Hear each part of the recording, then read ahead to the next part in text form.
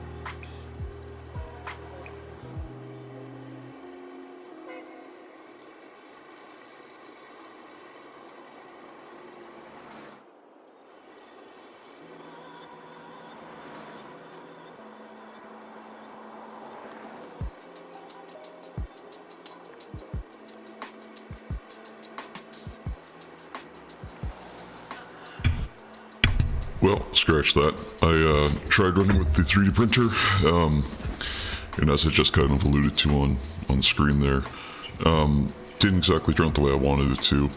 One of the pieces got knocked off while it was printing, so I'll spend some time tonight after stream and reevaluate kind of what I want the end result to be with that, and look at it again from there.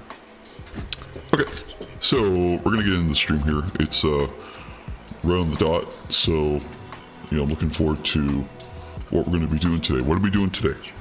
So, first things first is we have our Nexus Chaotica here. We do have the LED in it installed. I kind of cleaned up a little bit before stream started here. Not much, just enough to try and get it going. Still having some problems with the LED itself. Not 100% sure what's going on there, but we'll figure it out as we go. It looks, maybe it was just touching the pads. Oh well, if it was, that was it. No big deal. Yeah, it looks okay there. Maybe that was it. Oh well. We're going to be working on cleaning up some of this corn red that I have around here. The corn red looked like it turned out fine. But we're going to go around it again with some Mephiston red, just to highlight a little bit more, and then Evil Sun Scarlet in the middle, and then maybe a touch of some Wild Rider red or Fire Dragon Bright, just to really sell it. Again, we're going to be doing 4:1 ratios. So 4:1 lambing medium, so that means 4 dots of lambing medium to 1 dot of color. And the reason why we do this is because it creates a thinner layer, and we're going to be doing that on the wet palette this time instead of inside the top portion. The other thing we're going to be doing too is once we're done this, we're going to be focusing a little bit of time on this, finishing up the skulls around here and the spikes. I think the skulls and spikes are going to be the same. They're just going to look like bone. We're just going to make them look skeleton-ish, dirty-ish. Maybe throw some mortician grime on it just to make it really dirty. Our paint dried yesterday with the Agris Earthshade. I think it turned out really well. So those are the 2 core ones. The next piece is this. This we're not going to do on stream quite yet. I need to print a container for the mold. So once I do, I'll put this into the mold, and we're going to, if I can throw on stream here so you can see it. And I know it's hard to see, but this is the flame that gets summoned inside of the, there you go, inside of the Nexus Chaotica. So we're going to put that in there, and we'll make a clone of that, and then we'll do resin epoxy pour of that. Or epoxy resin pour, sorry. And so that's not going to happen probably today, unless I can find a mold real quick online somewhere and get it printed. Probably won't happen. Hey, Symbol Dots, welcome back. Thanks for joining in. I'm just going over what we're doing today. Like I said, we're just cleaning up some stuff. We got our LED working. We're going to do resin cast probably next stream on this guy, once I get a mold printed for it. That way I can use my 2-part molding supplies for it. Then the other thing we're doing today is finishing this up. Like I said, get the skulls painted and the horns painted. Make it look dirty and grimy. Then, as I alluded to last stream, we have our choice. So, I did find Chaos Sorcerer Lord, and I found out that the Zarketh Bane of Law is a sorcerer. So, we get to choose which one we want to do. I was talking to someone about it yesterday, and they said I should save this for a special day, and I don't disagree with that, but I think because we're on an inaugural stream here and we're looking to up the army a little bit, we might go with him, but we might go with this guy too. The skull really looks cool, but it's another option for this helmet as well. So, sort of what we get to choose to do here. I kind of like the sculpt on both of them. So once we're done the Nexus Chaotica, we'll come back to this. We'll think about it again. Cool. So first things first is we're going to approach this, and we're going to look at doing the sigils to get them looking like they're glowing. I've done this once before on a smaller model. This is slightly larger. You know what? We didn't do the back of these either. Get the corn right out here again. Yeah. So we'll do the back of this too. I totally forgot about this till I turned it over. You're making drawing well with the Sorcerer Nexus or separate? They are going to be separate. I have a diorama. If you'll give me just a second to go grab it.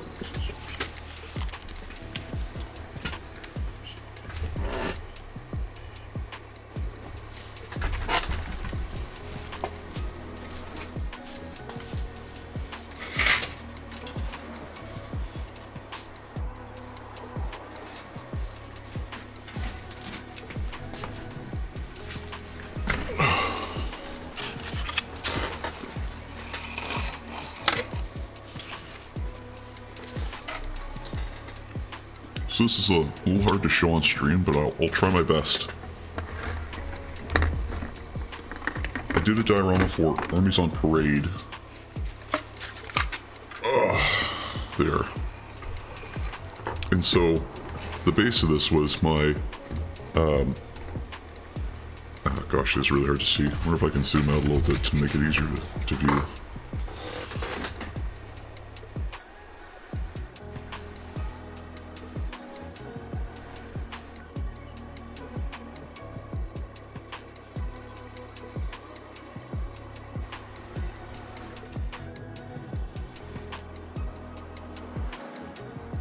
So it was pretty big.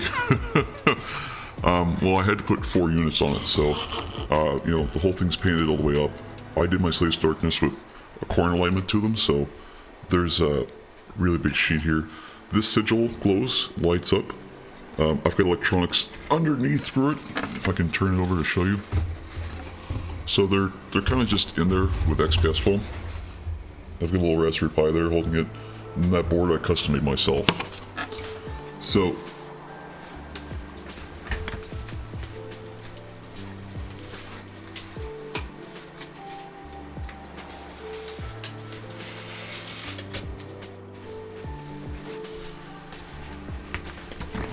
headphones again. Thanks.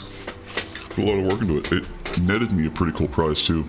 At the local LGS, I got this guy for 2025. If I can get it open here without being a pain in the butt.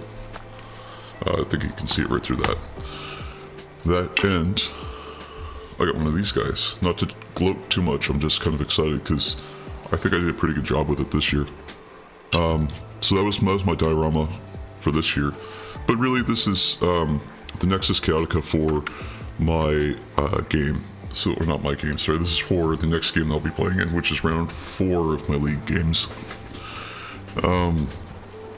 The way League kind of works is that when you lose, you're allowed to modify your list.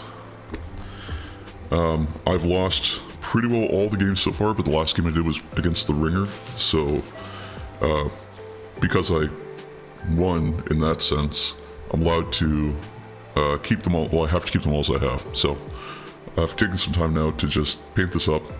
I might do another diorama maybe in the future, because the corn one was pretty cool, but it'd be nice to see another Slaves of Darkness one, especially now that I have this centerpiece, so I can do something with this. I'll keep that in the back of my head. We'll talk about that on another stream. We've got planning stream we're doing Friday, so maybe we'll make that a future project to do in the next 2 months. That'd be sweet. So, today though, I do want to finish up the sigils here, and whatever I get right or wrong here is what we're going to do on the opposite side. I gotta clean this thing eventually.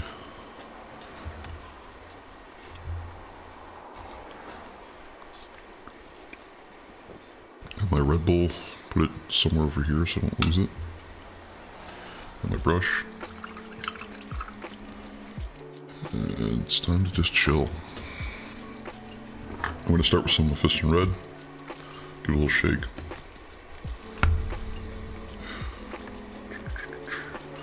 And we'll grab a little bit here. And I'll get this guy just over here a little bit. Throw some on my wet palette. Probably up here where it's clean-ish.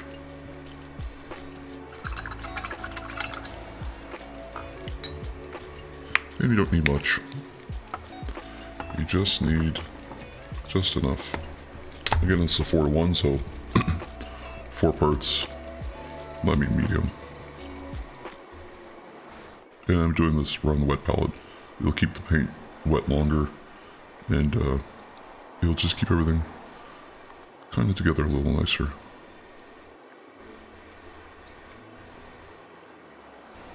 Oh yeah, you can see where it's breaking up a little bit paint-wise. That's kind of what I'm looking for. We'll drop out there, and we're going to start.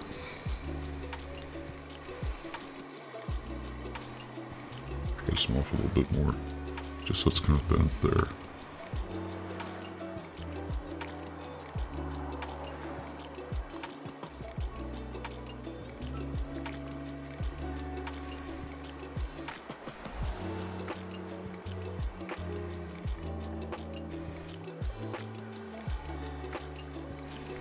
And I'm kind of just ignoring if I get it into the white spots because I can go back and clean them up later.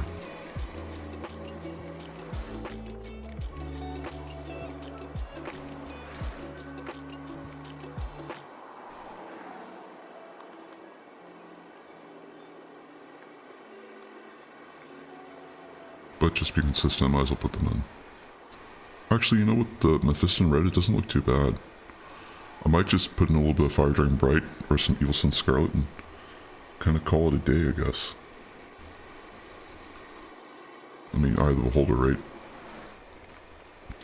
How long do I paint? It kind of depends on the day.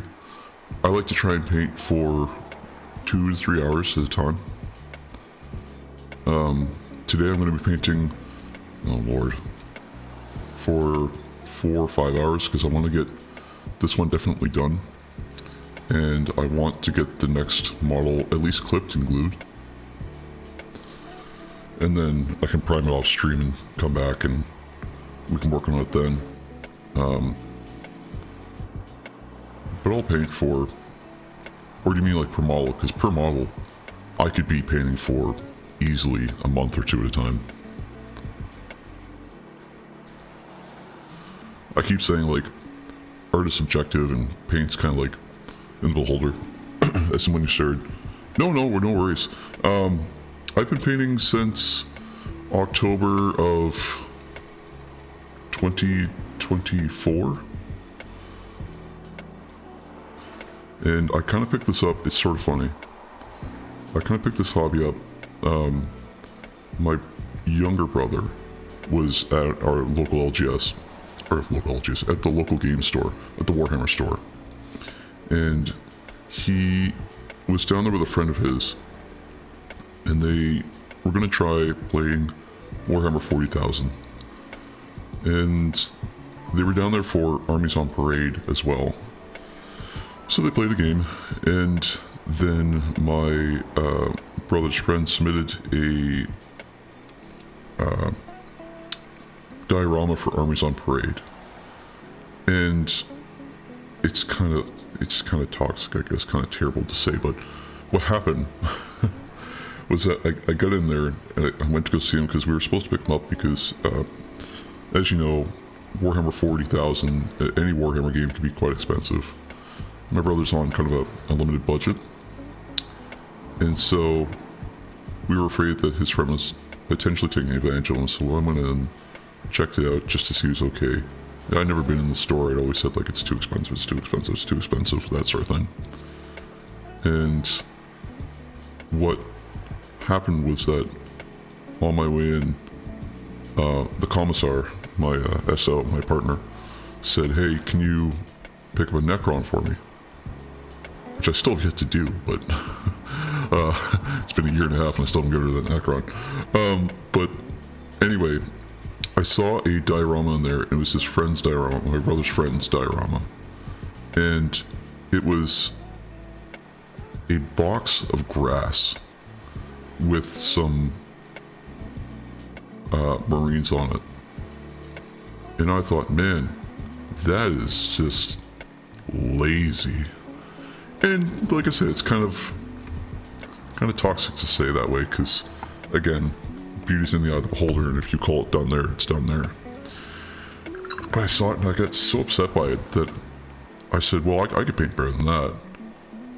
And you know, when you kind of have that attitude to things, it sort of turns into an obsession really quickly. So I went down this road of buying a couple of, small minis and painting them. And it was the starter pack that they sell that has, a Space Marine and a Termagant. And I kind of played it a little bit with the Commissar, and I went, well, that's kind of fun. And I said, well, I do want to do this diorama thing, because I feel like I'm going to have more here, because I put too much paint on. Because I want to really show up that thing. I didn't really feel like a box of grass was really serving of a diorama. It didn't feel correct. It didn't feel appropriate for these models because they look so beautiful. And so that turned into a years-long slog of, well, I'll show them, as stubborn as I am. And I turned that into a diorama, the corn diorama that has LEDs and glows and has a resin pour in the middle of it and XYZ and yada yada yada, the commended entry. And it became, like a prize, and I was like, well, now that I bought this army, and now that I painted it, because I was just a painter at that point in time, I should probably start playing it. And that really became, me going, well, I'll try this, well, I'll try that. And I had this this bad habit of going, well, it can't be that bad, Sure enough, what happens? Fully in. I think that's how it gets a couple people, but it certainly got me. Oh well. It turned into this amazing hobby that just keeps me going now. I love it. A year and a half, I guess, maybe 18 months,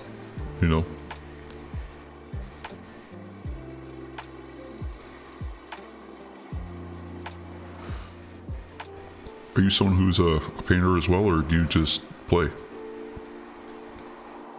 Or are you into like 40,000 or other hobbies? Everyone gets sucked in eventually.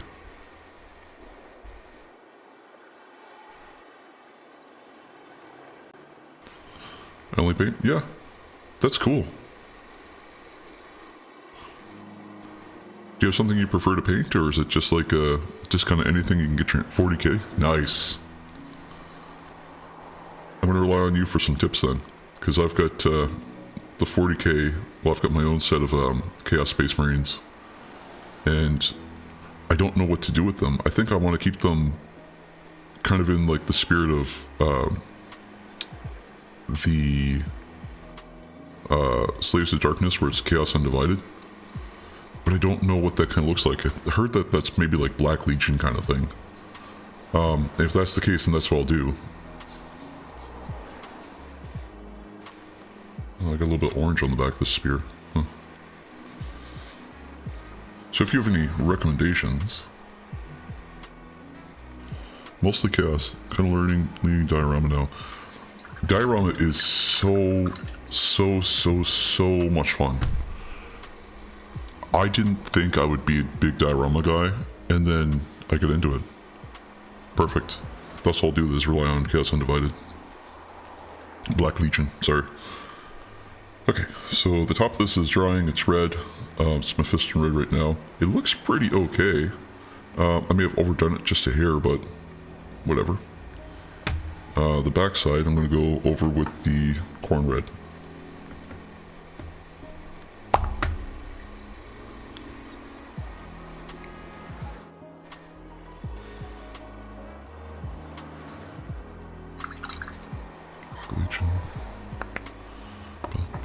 And again, 4-to-1 tactical medium, or Lamy medium, rather.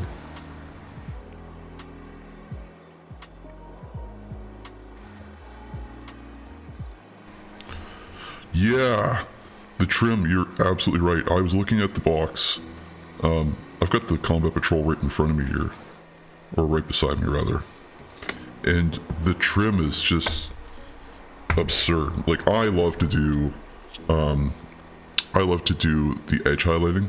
That's kind of my favorite thing to do.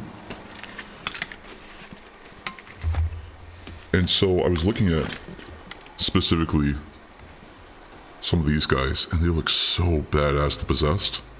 They're just so cool. And I like the way that these tunics look, so I'm excited to do them. But the metal here, the gold pieces, I'm not sure. With the Hellbrute. Very nice. So you get some good points then. Right on. Did they get their points adjusted recently? I can't remember. Really? Oh, yes. I'm gonna dry this off real quick, just so we can talk about this for a second. I love the Master Possession and the Possessed. Like, the Chaos Space Marines themselves are cool. Don't get me wrong, they are very cool. But I just love these sculpts. Like, especially the Master Possessions. Oh my god. Like,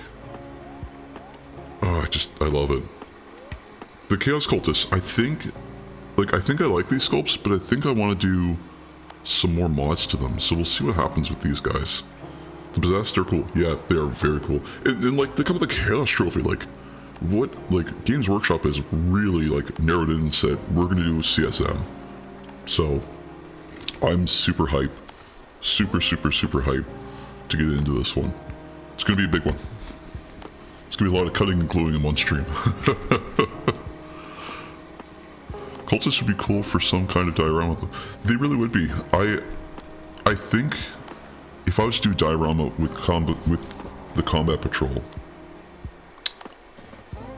I think if I was to do that, I would have it inside of a, let's see, like just a building. Oh, the music cut out. Inside of like a building that's been cut down or ruined. Not a battlefield, but like inside of like a hangar almost. You know, some dim LEDs at the top. And these guys rushing through it. And then, you know, led by probably, if I had to do the diorama in real time here, this guy would be leaning up front for sure. And these guys be probably right behind him. And these guys probably be off to the sides, like kind of scouting a little bit. And these guys probably would be upper if I would have like a second level. I think I would do 2 levels in a diorama. One for the bottom that has this guy and, you know, the possessed in it kind of running through. And then upper level with these guys and the cultists maybe like scouting across. Well, no, I think it's cultists on the bottom for sure. And these guys like kind of taking the offense up top. And then, like I said, like LEDs near the top. And on the sides, and then just the whole thing looks like just dark and brooding, really grimdark to sell it. Maybe some like lava on the edges, like a ship that's like been through the warp really heavy. That would be, I might do that. I'm gonna write that down later.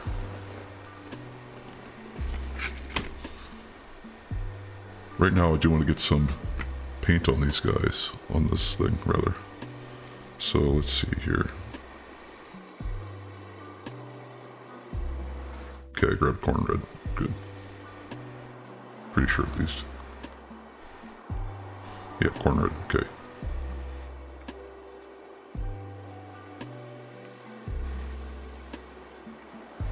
How does CSM play? I'm just getting started into 40k, and I'm used to Slaves of Darkness from AoS, so if you've played AoS, maybe you can give me like a heads up on how I want to play it.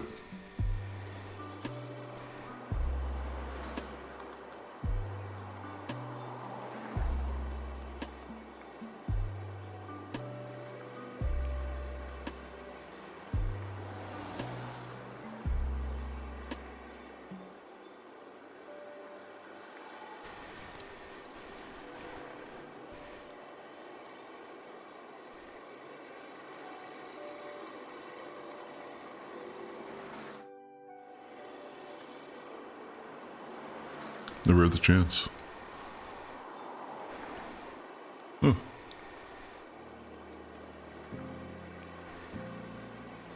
The way I end up playing my Slaves of Darkness is that I do very heavy, like I've got a Demon Prince inside my list, which I'll probably transition over here as well. And he's got the trophy rack right now as far as list comprehension goes, and I've got a set of Chaos Knights, Chaos Warlord on Karkadrak, and a set of Chaos Warriors. And the way I usually play them is that I kind of, because I don't have any shooting, because I don't have a sorcerer yet, is that I do some running and gunning. So I try normally to get first round. AoS is slightly different from 40k. 40k, you know, you can worry about double turns, but AoS is, you know, you kind of want to have the double turn in most cases. So I try to take the double turn whenever I can, because it can be like a huge advantage.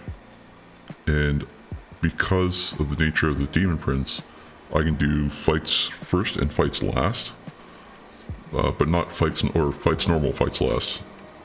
And that would give me 2 chances to fight, and he hits hard. He's got, right now with the Duran supplement, he gets 8 attacks, which at 3 damage is really badass. But it's gonna hit. I got tabled last time because the person I was playing against had a meme list, and that meme list had all corn berserkers in it. And they just kind of piled in on my demon prince and just beat the crap right out of him. Like, just beat the piss right out of the guy. Which, you know, I wouldn't care about, but it just kind of was funny at the time. So I lost pretty good. But he was the ringer, and he kind of said, well, I didn't think I'd win with that one. And I went, well, yeah, okay, that's fine. But, you know, something to learn from. I'm going pretty heavy with my corn red right now. And I don't know if that's because I'm intending to or not. Terrible thing to say, but the reality is that I'm trying to get the corn red on here so it kind of shines through. Oh yeah, it's starting to lighten down, so this is much better. When I do the corn on this side, I use the white brush like we saw. Just tune this up a little bit. Who never played, but always wanted to try a game or two. It is very complicated. Like I said, I always wanted to play just like a game or two, and like I'm in that space, right? I wanted to play a game or two as well. And it was extremely complicated. It's probably not someone that, sorry, it's probably not something that I'd recommend to everyone to play Slaves of Darkness. I would say, if you want like an easier starting army, like again, the thing is always real cool, right? But like, maybe something with fewer models. Something that's a little bit easier for list comprehension reasons. Something like, maybe Stormcast Eternals would be the thing to play. But you gotta learn these things as you play, right? And some people, they just pick it up real easy. For me, it was not so easy.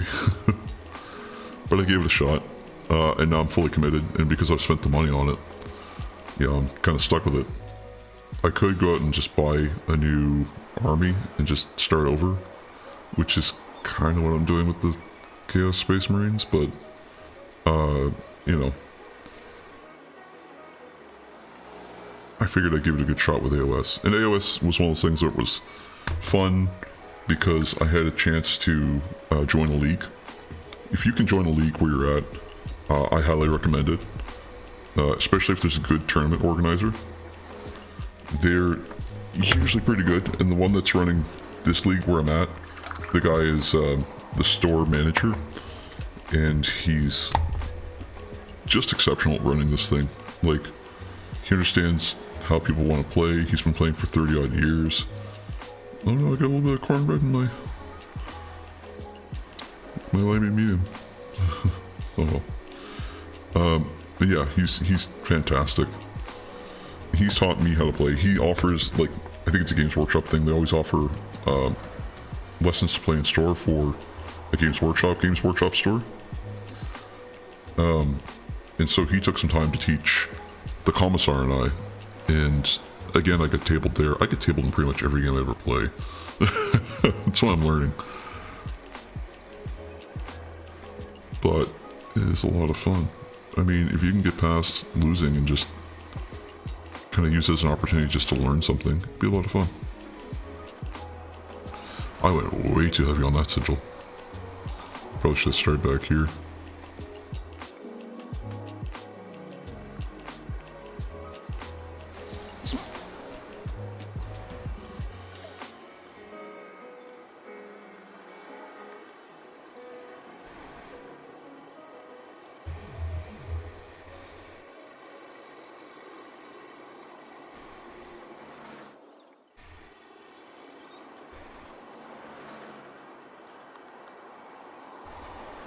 I need to remember to keep this just in view so you can see what I'm doing. Bad habit of mine of moving it back and forth so it's just inside my eyesight. I could bifocals right now too.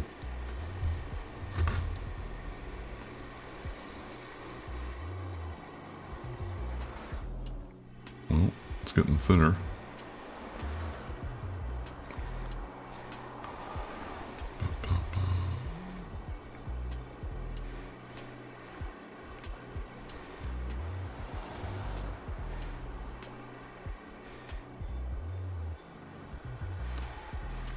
I'll tell you, one of the things that keeps getting me tabled every time I play is I keep forgetting about some of the core rules and actions you can do. And AoS is a movement-based game, so what you're really trying to do in AoS is you're trying to just keep moving from point to point to point. There's not much stores that offer a place to play with or learn. Yeah, that definitely makes things challenging, man. Like, we didn't have one here for the longest time. Like, I'm talking, God, years. It wasn't until, I'm gonna say 4 or 5 years ago, that Games Workshop said, let's put one in this city. I don't know why they felt like it had to be here. That's such a weird thing to parse, you know. Why the city I'm in? I don't know. I mean, like, we don't have a big population, we don't have a lot of things. Oh, by the way, I'm just edge highlighting here with just some of the material. And suddenly they just said, well, let's put one there, let's see what happens. And I guess we just got lucky. And because we did, the community here got built around it. Like, the store manager here is great at building community. So it's just, you know, it's fantastic being able to play against other people. I don't think there's any real ways you can play online besides like Tabletop Simulator. That I do know you can play on Tabletop Simulator because some people play, what's the other new game that's like Warhammer, made by like some Warhammer guys. It starts with a D, I think. It's the other Grimdark game. It's, oh god, that's gonna bug me now until I remember what it is.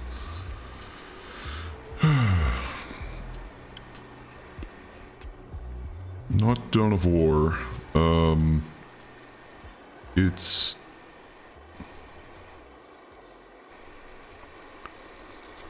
Give me a second. I'll go look it up real quick.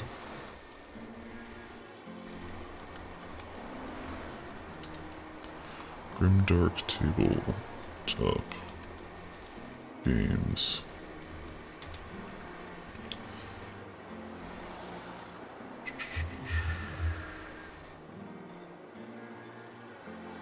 Not More Time. Not Grimdark Future.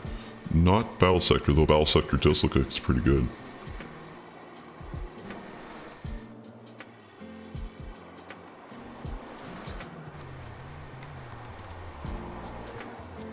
Trench Crusade, that's the one. Yes, you're 100% right. Trench Crusade. That one I know people play on Tabletop Simulator a lot. And that one just looks really cool too. That one has some really badass sculpts for models right now. That's one of those games where I've considered investing some time and money into, but you have to 3D print everything right now because there's no official models yet. So, I mean, you can get them printed by somebody. Oh, the minis are so cool.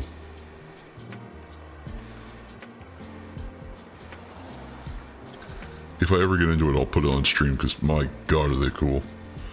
My paint's getting a little thick here.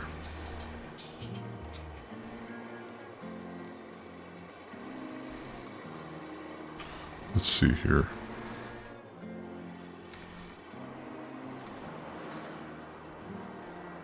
I think a little water fix that.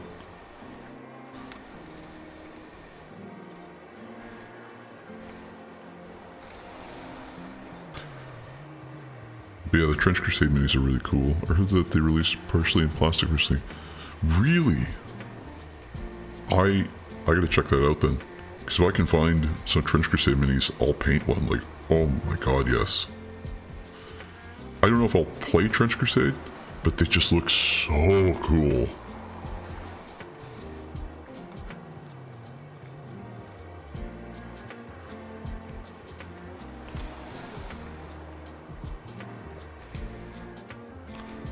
Okay, so the red over here is dried up pretty good. I think that's pretty sweet. We'll come back to the Mephisto around the opposite side once this stuff fully dries, which shouldn't be too long. It's almost dry now, but like, I kind of want to move on to things. So, Conflict 47 has some nice minis too. Conflict 47? Conflict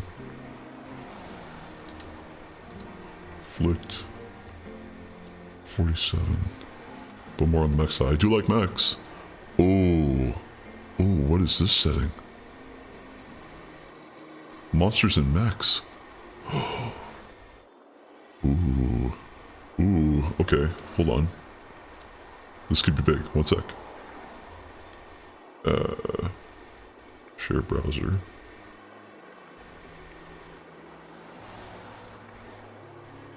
No, that's a browser page. Oh no.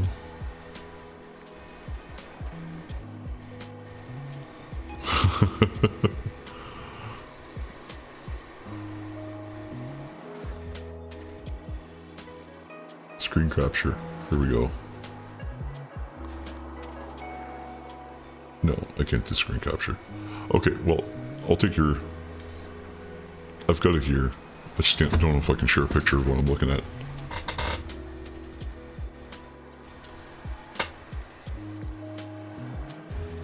But these... Oh my god. These mechs look so badass.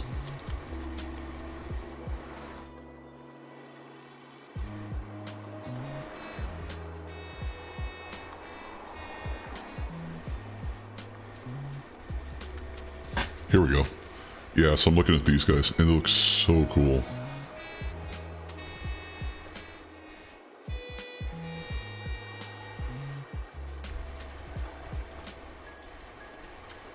Dude, if I can get one of these... Oh. Yeah, I want to paint one of those. A walking, like, unit? Hell yes. That would be sick.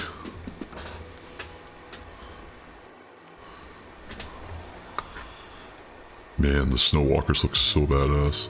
Oh, you know what? I think this is dry now. This is a nice little break.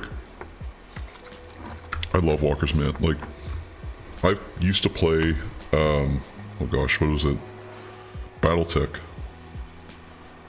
And I'm a big Death from Above guy, but I used to love playing Battletech. And one of my favorite things in it was the Mad Cat. Oh my god, just a weird walking mech with like 2 huge missile launchers on it. Oh, the LRMs are so badass. And like, I'm a big fan of like World, Weird War 2, you know, like, World War, but like, the weird parts of it that they could have had. That is just so cool. Big walking tanks and like, massive like flying mechs. Oh, jeez. Walking tanks is such a missed opportunity, and I get there's no like practical application for it in war, but like, other than traversing terrain. Though they did, U.S. military did experiment with one that could walk over certain terrain, but it just never came to be because it just was pretty impractical and required a lot of mechanics. Anyway, that's me being a not a history nerd, but like a mech nerd. I love mech stuff. I've got a pretty good selection of gunpla sitting on a shelf that eventually I'll get to. Probably not on these streams, but they're so, like, I've got some really oddball stuff. I've got a gunpla machine as one of the gunpla. Oh yeah, this is looking good. You know, Conflict 42 could be spawned for me. I'm gonna have to try and pick it up. See if I can get anybody else to play it with me. Or at the very least, get some models. Is there a place you can get models for those?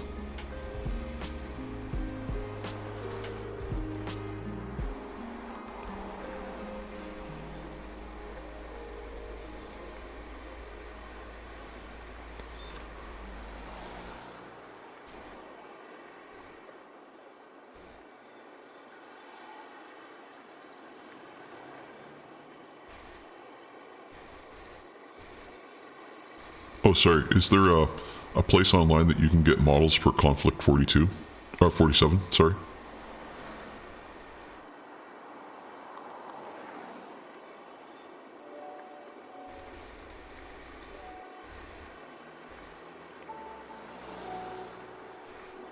Sweet.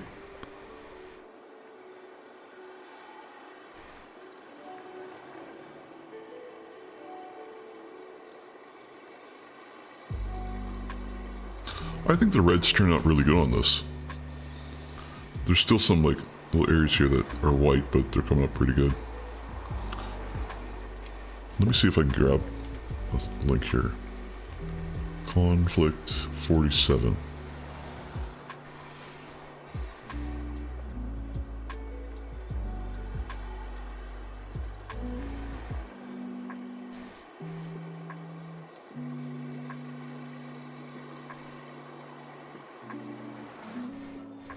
I'm from not the United Kingdom. The model prices aren't too bad. Seeing 180 airborne infantry's 60 bucks. Whoa! Oh, dude. Oh, dude.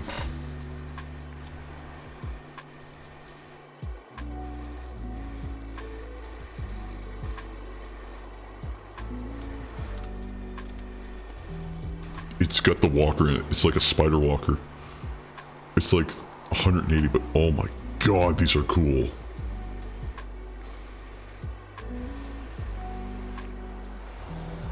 Dude. Those are cool dice bags. Okay, I know what I'm gonna buy at some point in time.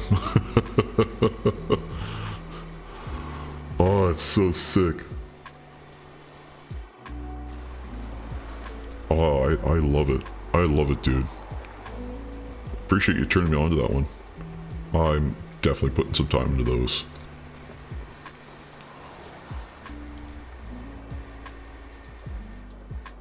You know, I'm really glad I'm streaming now because I didn't know that was a thing. And it's so cool.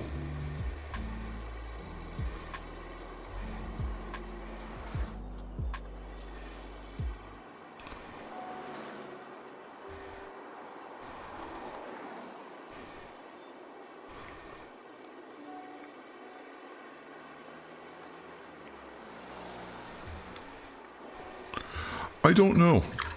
I'm pretty set in my ways on a lot of things. Like, when it comes to even Warhammer, like, it took me years and years and years to get to it. And I bought some of the stuff like Warhammer Grass, like, sorry, Citadel Green Grass, and Citadel Snow. I had bought a very long time ago before I even got into Warhammer. So, I don't know if I would have stumbled into it eventually. That's the thing.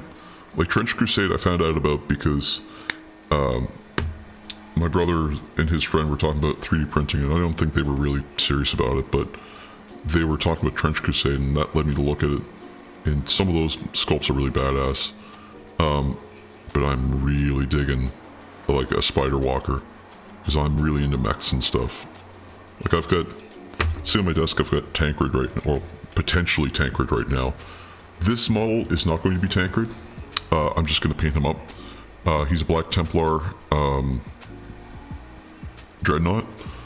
But when I go to do Tancred, I've got a whole mod kit I'm going to do for him. So I've got a speech kit and everything. There's a couple lines I want him to have, and then a red LED inside the carapace up here. So that will flash red whenever he talks. That's a future stream. But that's a goal I'm going to work towards.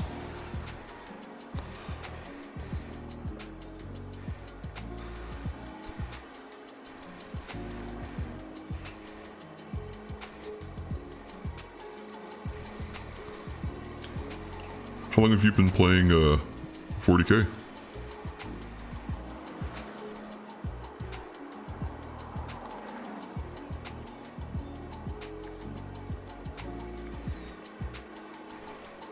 Oh man, I love modding these things. I've spent many hours modding things. Especially that Razorback, like this thing, it's just been a labor of love. Because I wonder if I can, there we go, plug it in real quick and then turn on the lights. There we go. And I'll turn off this light so you can see. But it's got LEDs in the front for the lights.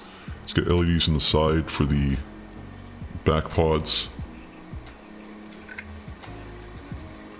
And then an LED on the inside as well. Yeah, thanks, man. Since elementary school. Holy crap. It's sort of funny. I'm in my 30s now. And I just picked this up like a year or two ago, right? So, since elementary school's crazy. That's not bad. That's really cool. Like, when I was talking to the manager at the game store, he was saying like, basically he's been playing for 30 odd years. Right on.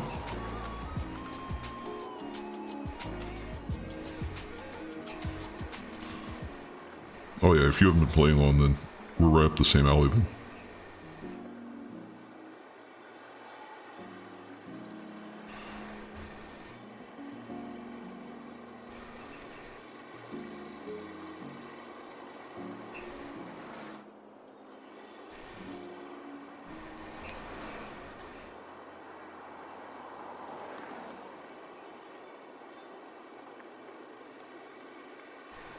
There we go.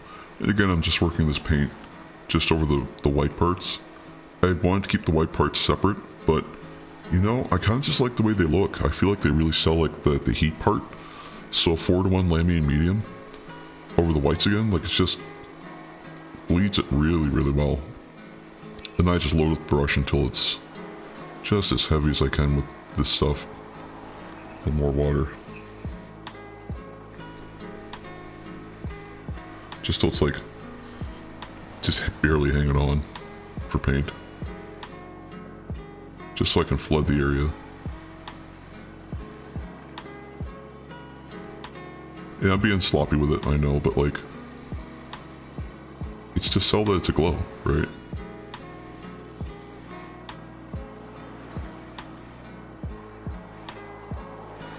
I would highly recommend working your backlog. Actually, this is probably a good time to work on your backlog. I started this stream so I could work on my backlog. So if you want to join me and just hang out and paint, by all means, man.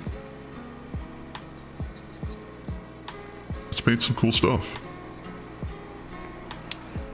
Sweet, I appreciate that, man. If I can be inspiring to one person to get through the backlog, then I've done everything I'll ever need to do in a lifetime. And I'm hoping that I've got some takeaways here. I mean, this stream is mutual, right? Like,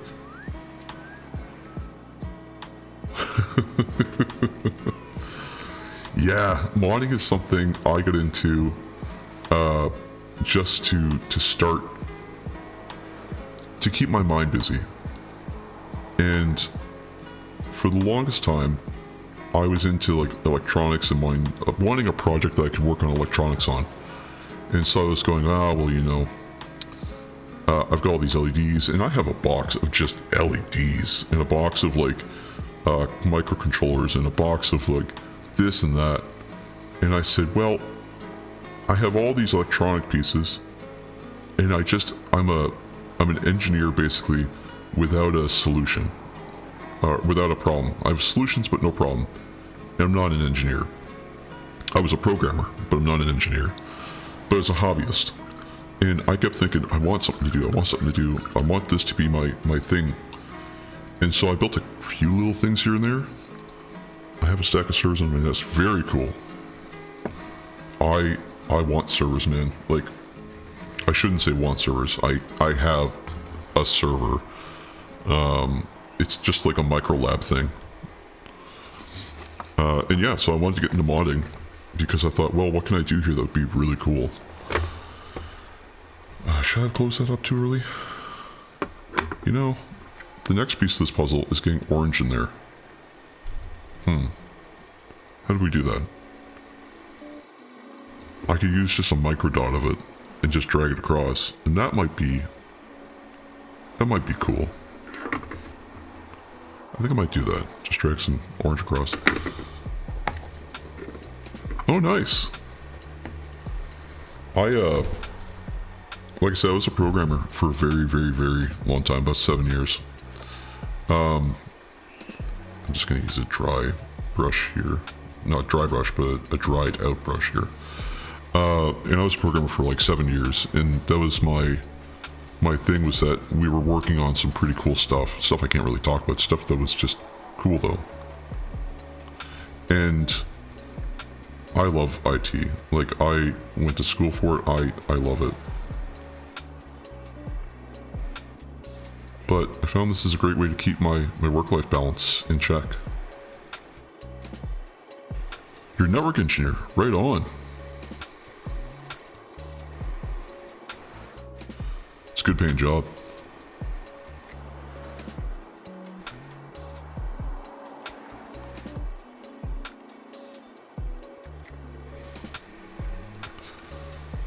Lot of hard work in networking. Oh, I love it, man. Are you on the your schedule's whatever you make it, or are you just on like a 9 to 5 kind of thing?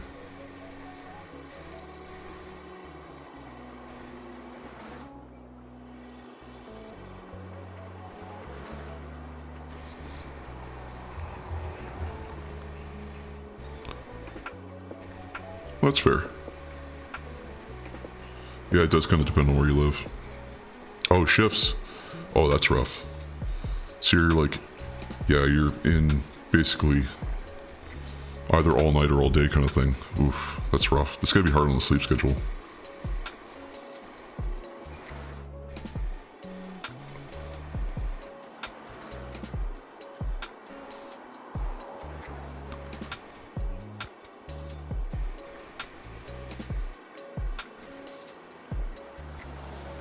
Just throwing some Wild Rider Red in here, and I think the orange is really brightening it up a lot. But mostly 6 a.m. to 2 p.m. and 2 p.m. to 10 p.m. Oh, that's rough. At night is on call. Oof.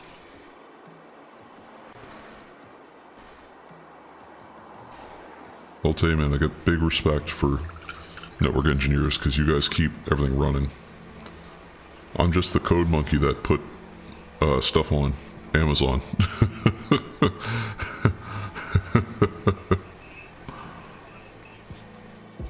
You guys keep it from crashing.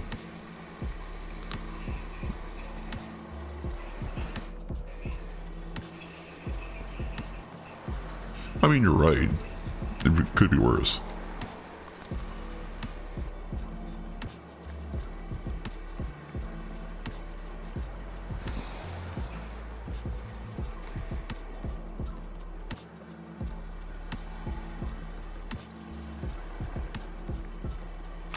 I might be going a little heavy with this orange. I think I'm too excited with it.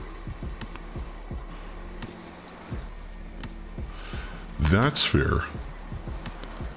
It's kind of like a give and take. You know, you guys set up the infrastructure, we make it accessible, and then you guys make sure that we can keep adding things to it to make it accessible. It's you know, equal parts. It's you, it's me, it's us. Unless you're in upper management, then it's just them.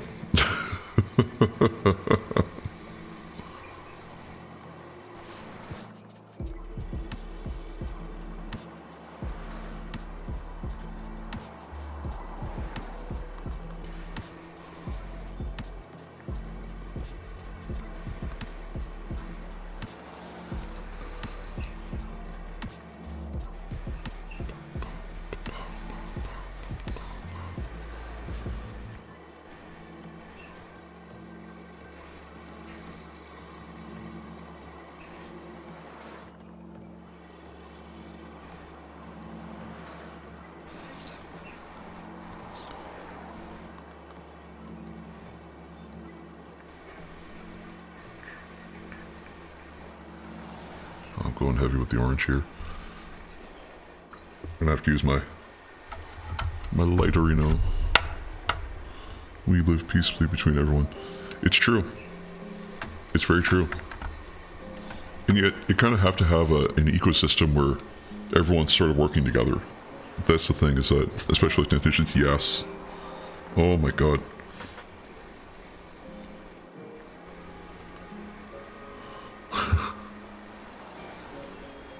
On-site, oh yeah, the on-site guys. Those guys are, man, those guys can be crazy. We were onboarding data for a customer, and they had their own in-house, like, bare metal servers, and those guys were so exhausted from trying to just keep things running all the time. You're right, they're lifesavers, absolutely. Those guys know the infrastructure inside and out. Like, they know everything about everything. But those guys were, like, at this customer site, they were so exhausted because they'd been, like, just trying to keep things running for, like, 3 months straight. And the company was like, we don't need to upgrade our licenses. And they said, no, we don't upgrade our licenses. We'll have to find a freeware solution. They said, there's a freeware solution. Just use the freeware solution. You don't want to have to transition everything in the middle of a deployment cycle.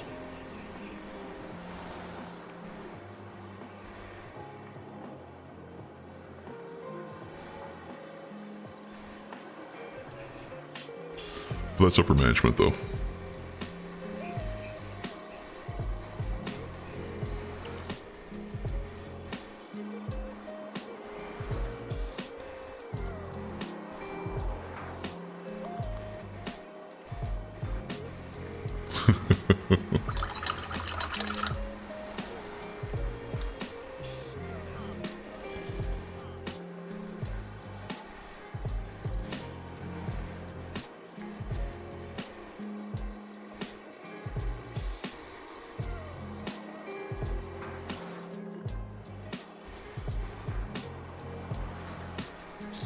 Most of the time, clients hear something is free, their eyes become sparkly. 100%.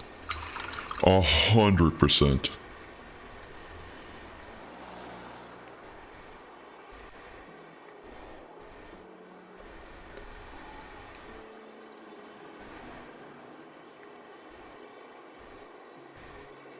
They like that, and there's another key term they like. It's a term called white glove. If you've ever encountered that term, it means everybody gets what they want all the time. And they love that. Oh, we're paying you per month. Yeah, we get white glove treatment. I guess so.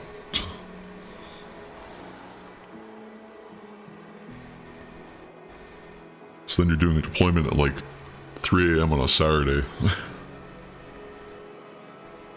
Oh yeah, I hate white gloves so much.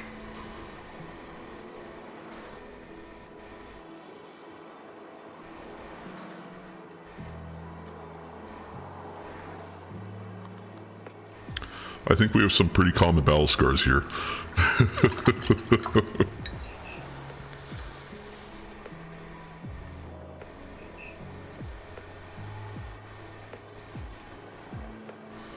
Oh, pro client treatment. Oh my lord.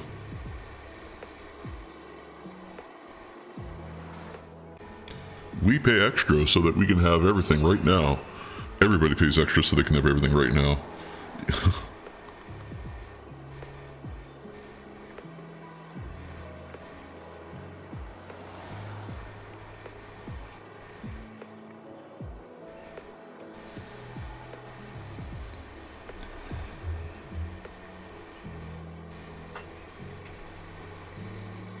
Oh, I know.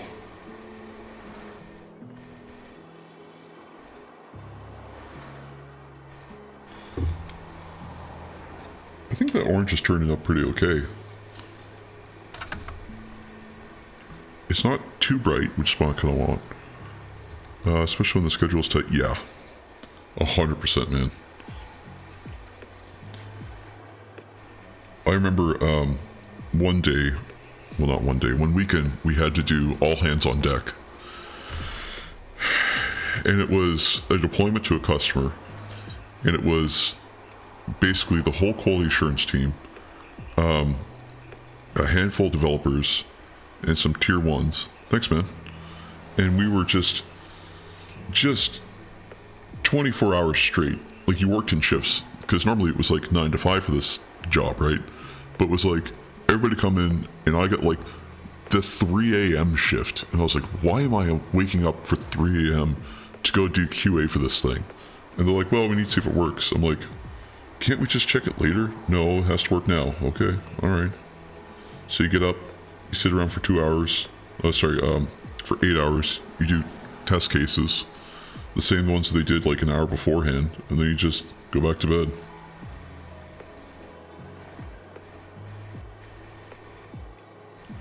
But I was in automation, so a lot of my QI was just waiting for the program to finish.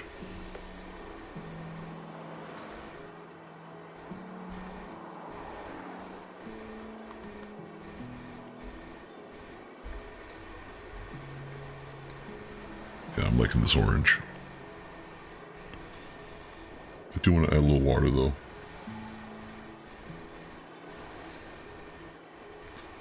Just throw it in there.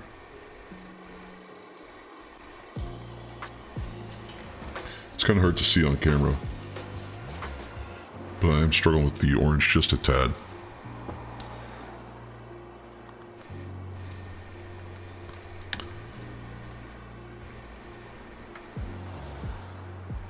Oof. Plan works in the night. Jesus.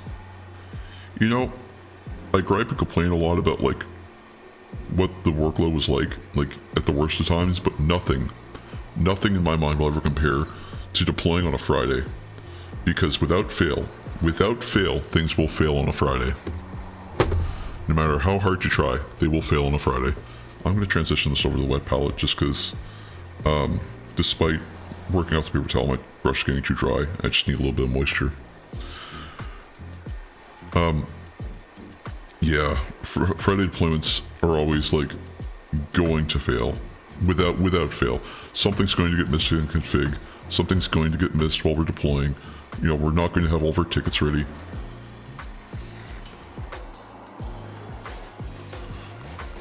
We've implemented change freeze for Fridays. That is a genius.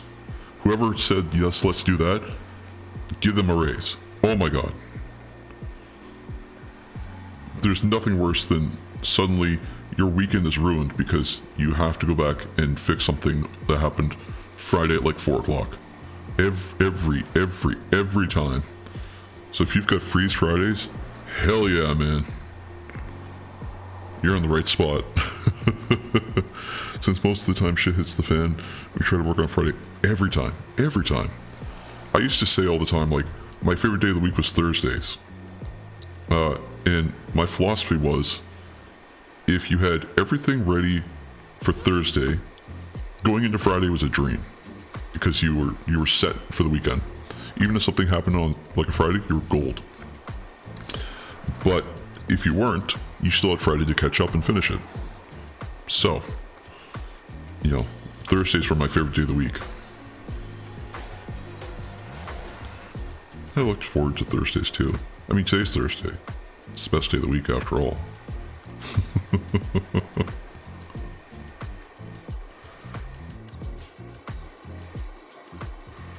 Oh yeah, this orange is doing it. Yeah, like I said, if you got frozen Fridays, man, you're gold. It was said from the top though, but in our department we just agreed to not make any changes on Friday. Yeah. Even still, that's still awesome. If your department can come together and say we're not doing this on this day, perfect. Oh, okay. Oh, it wasn't from the top. Okay. For a second you had me worried. I thought someone at the upper level management wised up.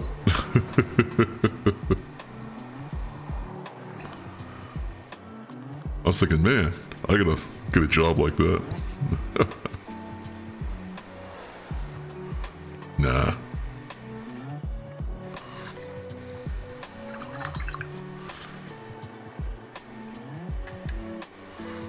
It's almost impossible. Yeah.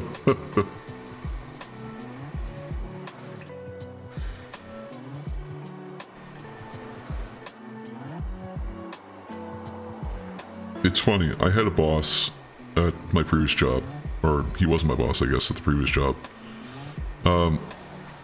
And he worked in IT. That was his thing, is he came from an IT background, so he understood all all the trials and tribulations and all the issues that, you know, the grunt work has to deal with, all the problems that we would have. And in the beginning, he was on board and he said, no, we're not doing this way, we're doing it this way. And it was a dream. And then 2 years in, he got into sales.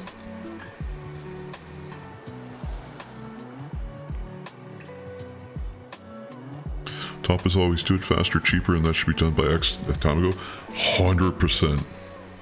Nothing is better than getting a ticket on the middle of nowhere that says, oh yeah, we promised this thing a week ago, so can you start on it yesterday?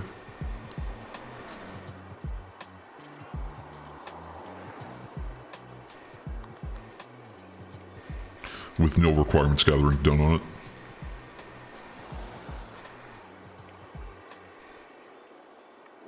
Oh yeah, we don't know what the customer wants, but we're giving it to them anyway. Okay.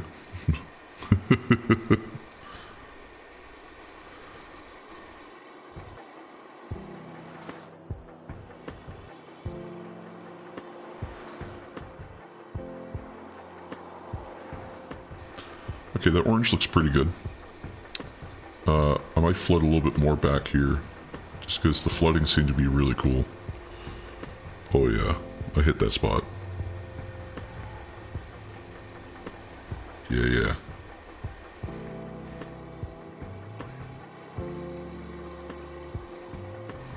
I think that's looking pretty cool, man. We're doing good here. I might flood a little bit more orange back here, because I think I missed some, but I'm almost ready for a little touch of Dorn in there, just to highlight it up some.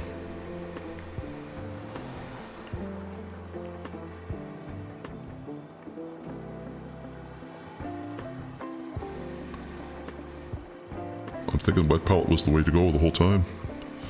Well, that orange is Wild Rider Red. Oh, I gotta put it this way. Wild Rider Red. So it's very close to like a Mephiston Red when you put them side by side. But when you put it next to an orange, it's very orange. It's still a little red.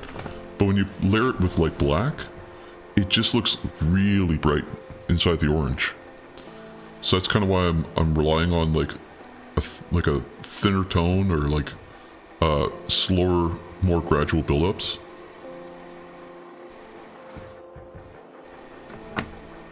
Yeah, man, that's Wild Rider Red. Oh, sorry.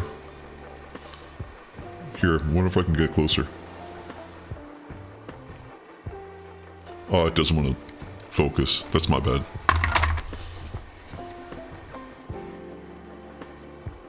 There we go. Yeah, on camera it looks way different because the way that the color works out is that with the corn red behind it and then the Mephiston red building up into it, it ends up looking like a really bright kind of like red.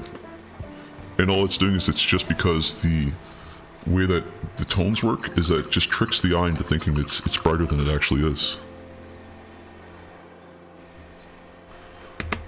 It's one of those little things I learned is that if you go too bright, like if I went straight to a Fire Dragon bright, it would look way too bright.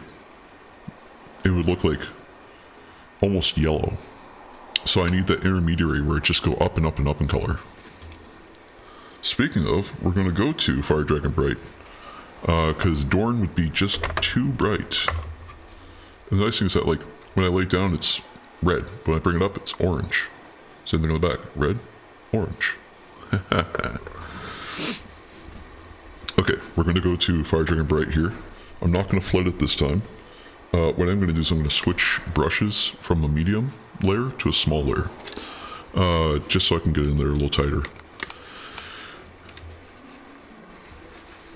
Oh yeah, it definitely looks like, well, this is fire now. It looks like Troll Slayer. I don't have my Troll Slayer in front of me. I almost used the Deathclaw Brown, because that would have been pretty close in the same spectrum. But I really wanted orange in there, I guess. Let's see here, where's my super bright? Okay, so I've got either this brush or the small Small layer, where is it here? So I've got an extra small. I might use the extra small. So this is where I've got to make a choice here. So I've got an Artificer extra small here. And that might be good to get into the recesses. And I've got an Army Painter Psycho. And I know that that's going to be hard to see, so I'm going to try and get it on camera here.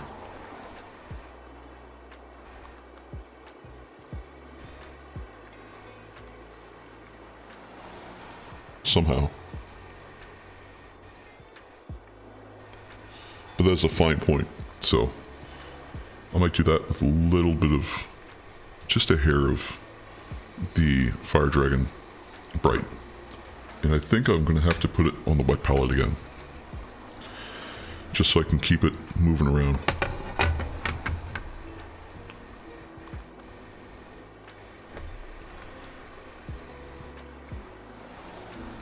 Oh, I'm going to need to grab more paint than that.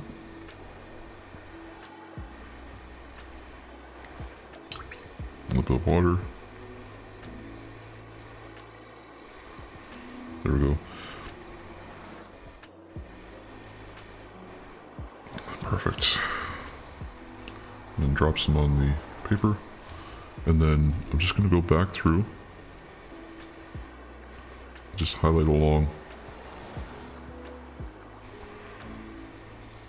I have Mortician in the backlog. I should prime him at least. Absolutely, man. If you can prime something, prime the crap out of it. Oh, yeah. This is the right orange.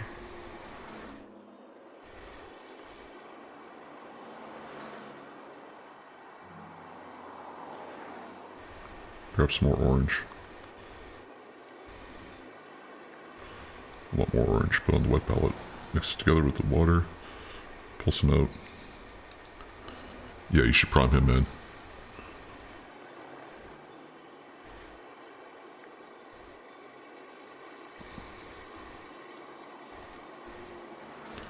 Again, I'm not being careful where these lines go because it's a flaming sigil. It doesn't need to be perfect. Like, that alone already looks pretty good.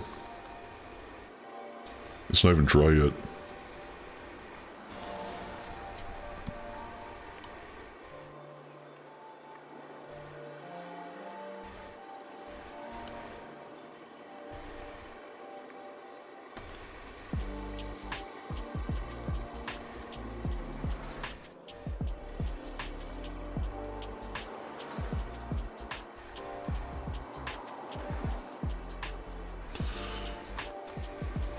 Thanks, man.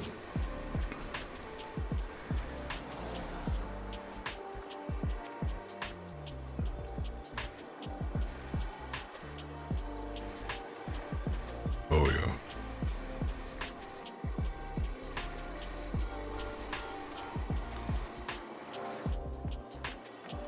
I'm really glad we're streaming together here. Because, I don't think I would have finished this, you know, kind of just in my own.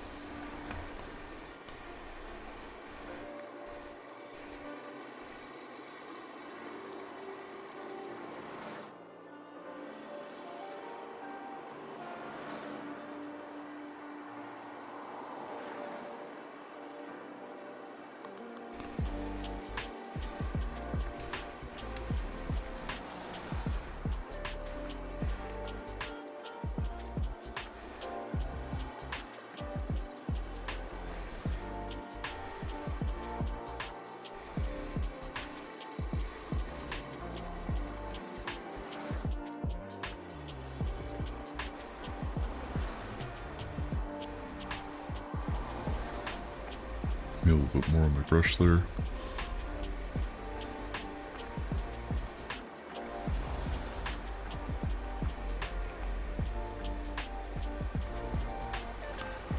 Your name kind of draws me to your stream, to be honest, since I'm a little bone written up myself when it comes to painting. You know, I was sitting with the commissar, my partner, and we were sitting around, I want to say a week or so ago, and I said, you know, I gotta paint this stuff. You know, I'm kind of burned out because I'm not really painting and I'm not really working right now because I got let go in October, and it's just hard to find another job where I am in IT. Something will come up maybe, but like, you know, what do I do? And, I had a pretty not great work-life balance outside of, you know, the job at the time. And she said, it sounds like you're really burned out. And I said, well, I am. And she said, you know, you should name your channel Burned Out Brush. And I was like, that's hilarious. And so I said, yeah, okay. Because I mean, that's like, I'm burned out too, right? Like, I've got my battle scars. I've been through the ringer when it comes to work. Like, I guess I am burned out. And so, you know, birds of a feather flock together, right? Like,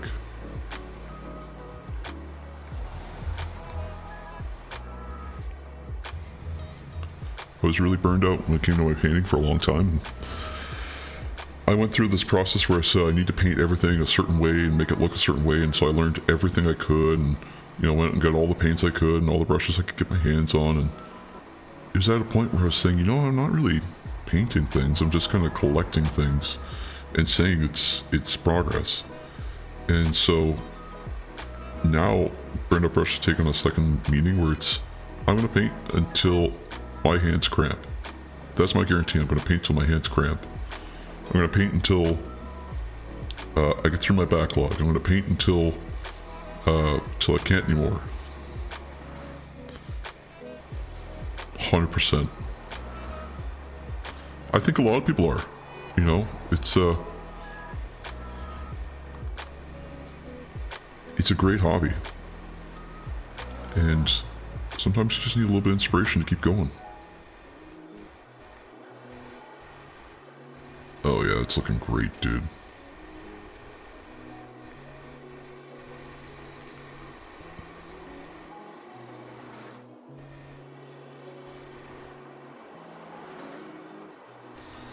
Yeah, that's really coming through for the color. That orange is looking good. I'm gonna have to come over it with a little bit of Dorn, a little layer, I think. So I think my orange is starting to dry a little funny.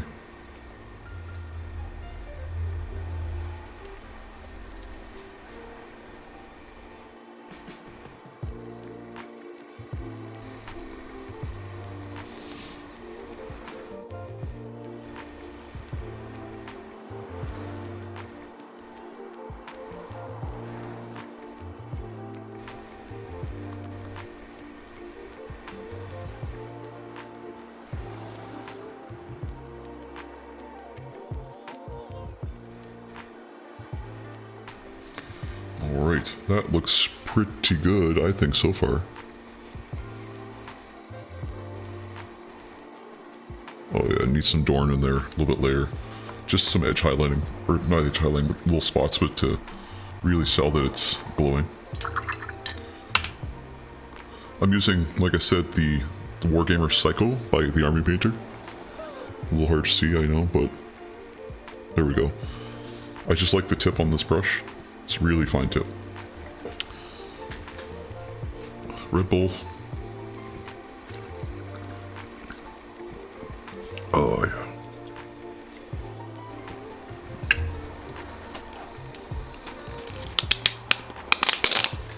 Piece of candy.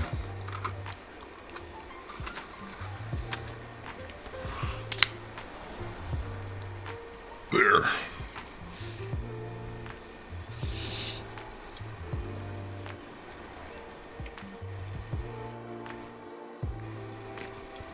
And don't worry about the burnout, man. It does go away eventually. But the way it goes away with time is that you need some time to just recharge.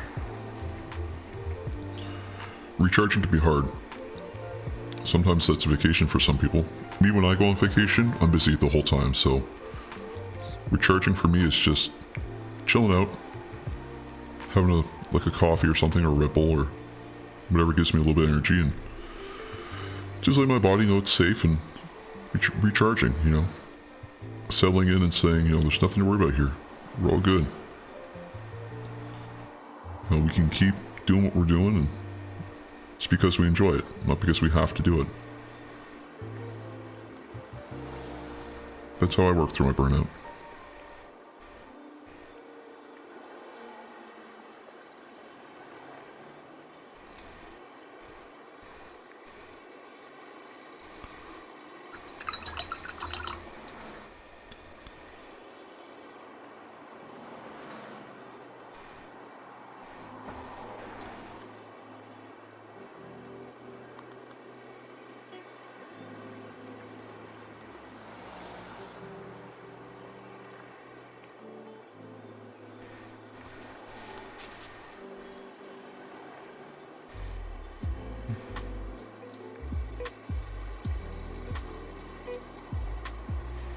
Good advice. Thank you, man. I don't know if it's good advice, but it's my advice. And it's what helps me. And if that helps you, then maybe it is good advice.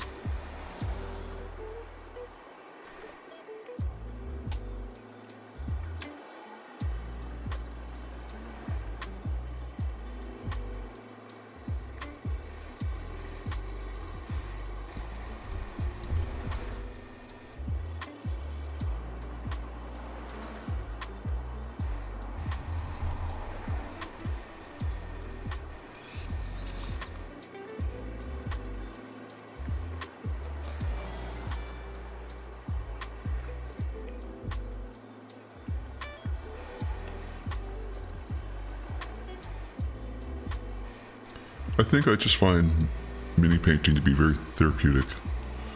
Hilarious when you clean the brush, your avatar's head just bangs like crazy. Yeah, the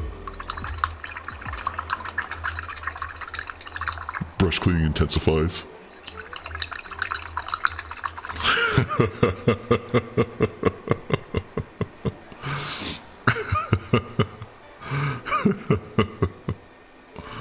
I'm gonna throw that on my I'm gonna throw that on the VOD channel as a little short.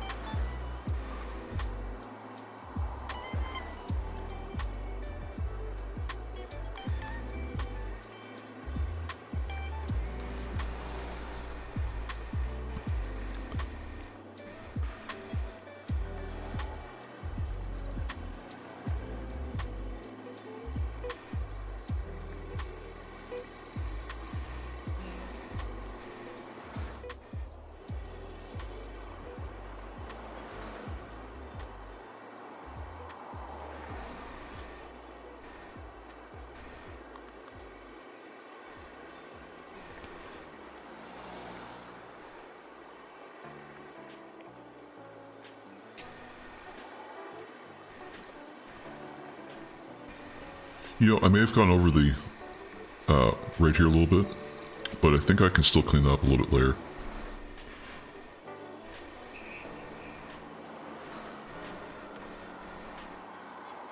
Ooh, where did I leave off? Right here. If I'm not in shot, just yell at me and I'll put the piece back in shot so we can look at it together.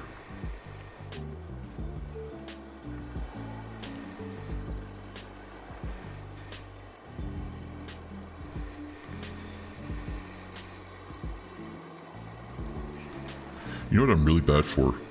Is I put this paint right here and I'll always leave it open. I always forget to close my paints up. And so they go chunky.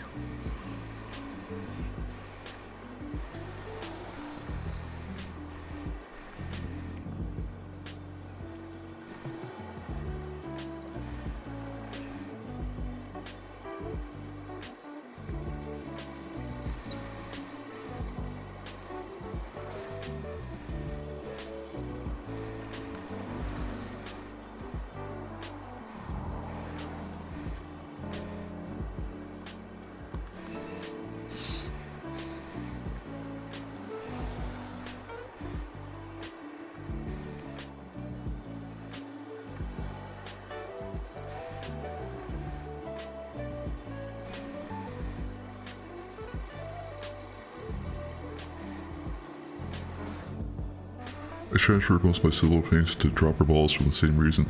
I have been thinking about doing that, or switching to Army Painter for that reason. And I'm not totally sold on switching to Army Painter. I like Citadel. And I thought about switching to dropper models, but I'm too lazy. And so I gotta admit, I'm just too lazy to do that. But it is a good idea, because I've noticed that, like, even using like the Army Painter, like the technical paints, like they just look so much better and they hold so much longer. It might be a ploy from Citadel to make sure that we're buying more paint. That's probably what it is. I also like Citadel, and also Vallejo. Yeah, oh man. So my other local game store, because we get two in the area, they sell Vallejo and they sell weathering effects. I'm so excited to use the engine grease. Oh, Vallejo on my Razorback is gonna look so cool.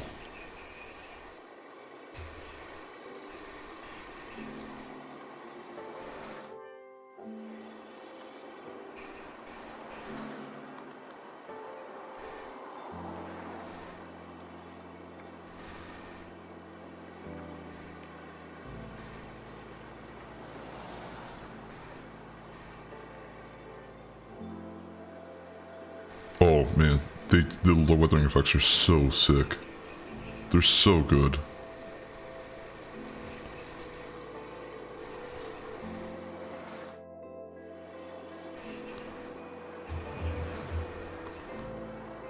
The last time I used the effects was on my Slaves in Darkness Warriors.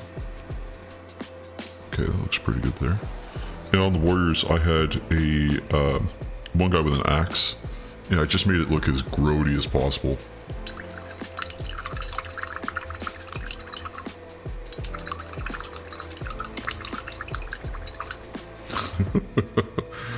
I was just doing that for a minute there, just so I could see the head go crazy. Thanks. Okay, we're getting closer. We're getting closer to that finish line. It's looking good. You know, I should just clarify the finish line. When I say finish line, I mean arbitrary finish line. Like, it's just in my head where I want this to look. And I think the Dorn Yellow is going to be the secret sauce here to make it look as perfect as I can. Or as perfect as I want to, you know.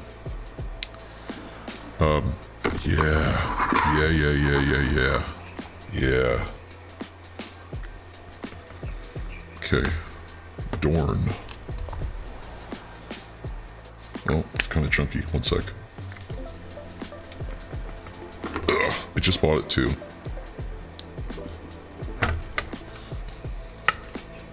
And I do want to use the wet palette again.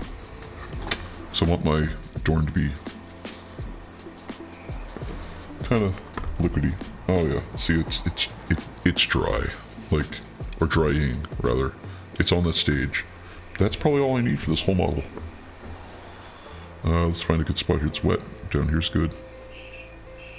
Water.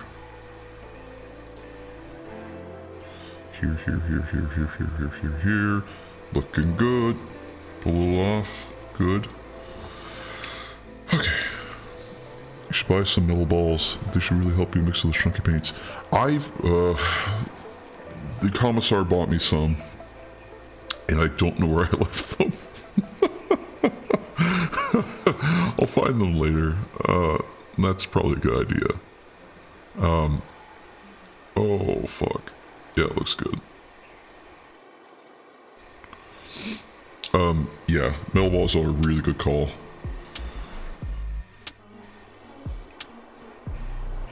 And I'm probably a prime candidate for using them too with how I treat my paints. Grab a little water here and just clean this up some.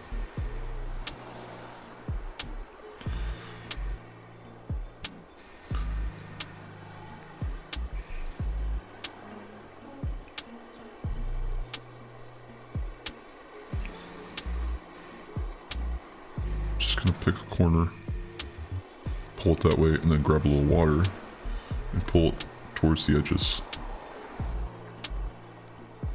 And that way, it looks like it's fading. And to kind of get this effect,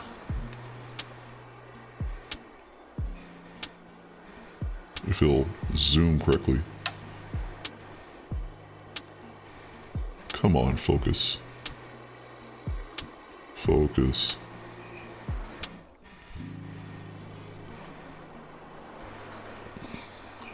Oh, you know what? I'll do it this way, so it's easier. There we go. Yeah, so the Dorn's starting to do its work there. I'm just adding a little bit, and then just where the intersections are, like corners and whatnot, and then I use a little water and drag it out to the edges. And it kind of gets that, like, kind of burning sigil, kind of final edge to it. Already starts really thin, but like...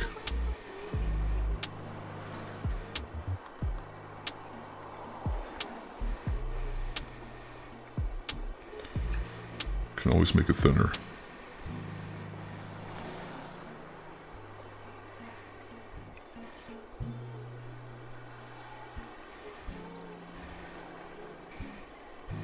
Oh yeah.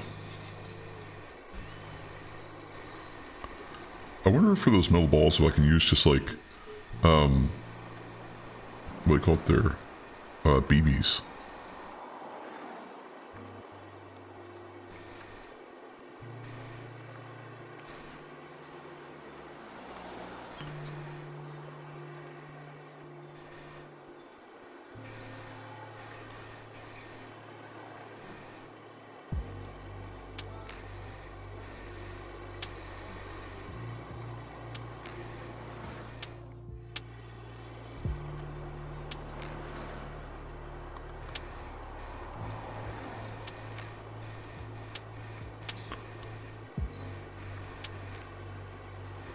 They're similar in size? I mean, yeah. Because I could probably get a pack of BBs really cheap. Or like the airsoft BBs, I mean.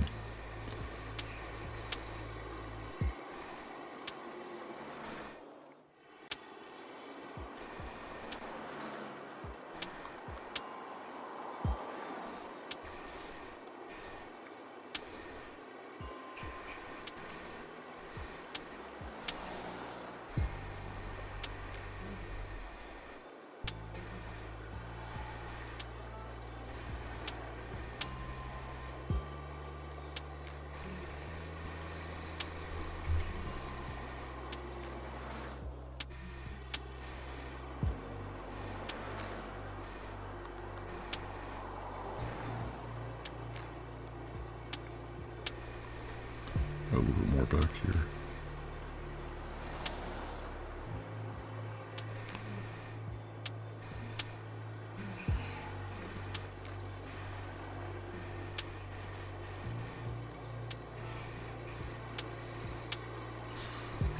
Grab a little water.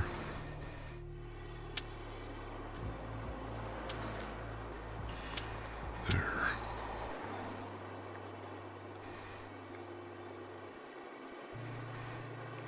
Here and here, the water, and then drag it towards the center, towards Yez's. Back to the center, across the edges, grab a little more, just dot the center there, and there. Oh yeah, maybe drag it just a hair there.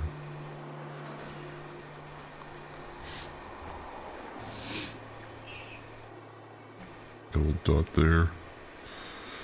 Grab some water. Drag it this way.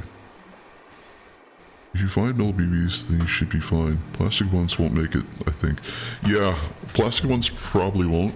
I think I can probably find steel BBs near where I am. At one of the sports stores. And I've got these neodymium magnets, which would probably be ideal for this. So I could throw a BB in, like a steel BB, and then use the neodymium magnet to like drag the ball around inside of it, and that might help mix up some of the paint. I might just do that. After the stream here, I'll go find some. We're going to be streaming for a while today too. Just because I want to get, like I said, I want to get this off my plate and then get the next thing started. So we'll probably go till the next thing is ready to be primed.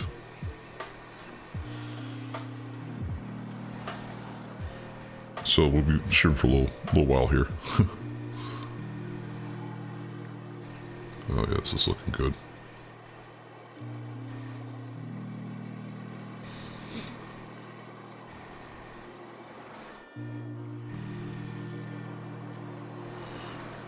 Or like ball bearings, since they shouldn't oxidize. Actually, ball bearings are a really good idea. You're 100% right. If they don't oxidize, then that'd be perfect. Or like stainless steel ball bearings. That, yeah, okay. Okay. I know what I'm doing now. I think there's gonna be an auto body store open later on today. I'm gonna have to go look, see if I can get stainless steel ball bearings.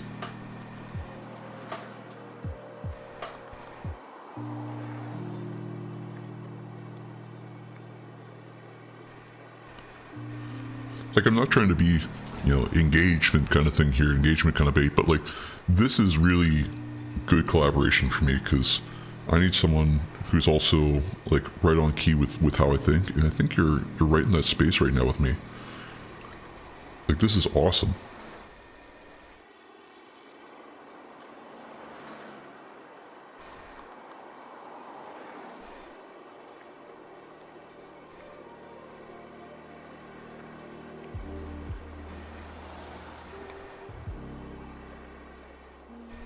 Well, the Doran's turning out pretty white-ish with a little touch of yellow, so I might just leave that the color it is. I don't think I want to add too much yellow. If I do, I'll do too much. Oh, I skipped a sigil here. I'll come back to that one.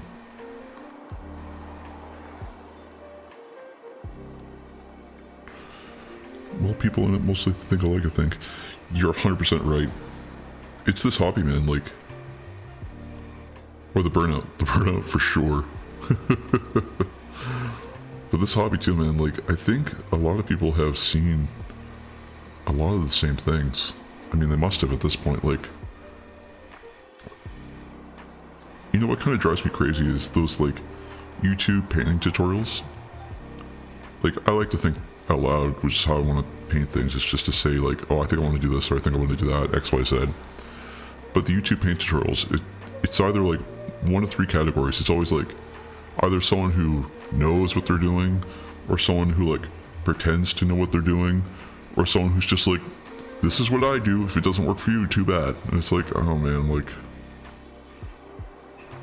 Why can't YouTube paint tutorials be like, hey, here's what I'm doing, I get this result, you know? Why is always like someone like, oh, you have to use these specific paints? Dude.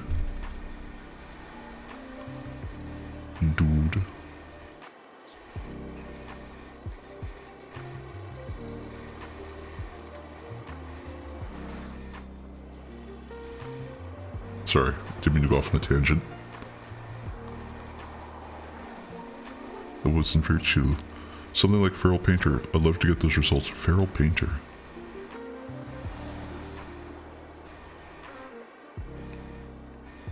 I'll have to check them out. Okay.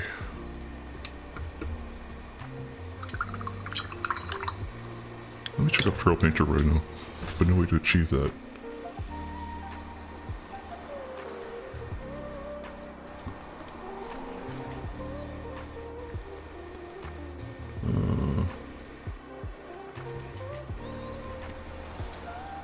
Feral Painter.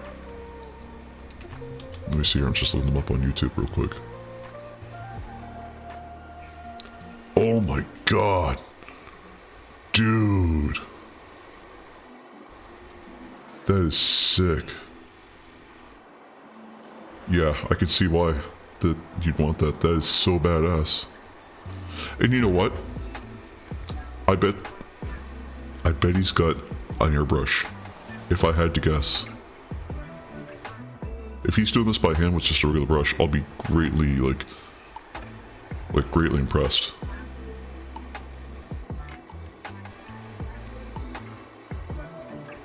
Oh, airbrush, yep.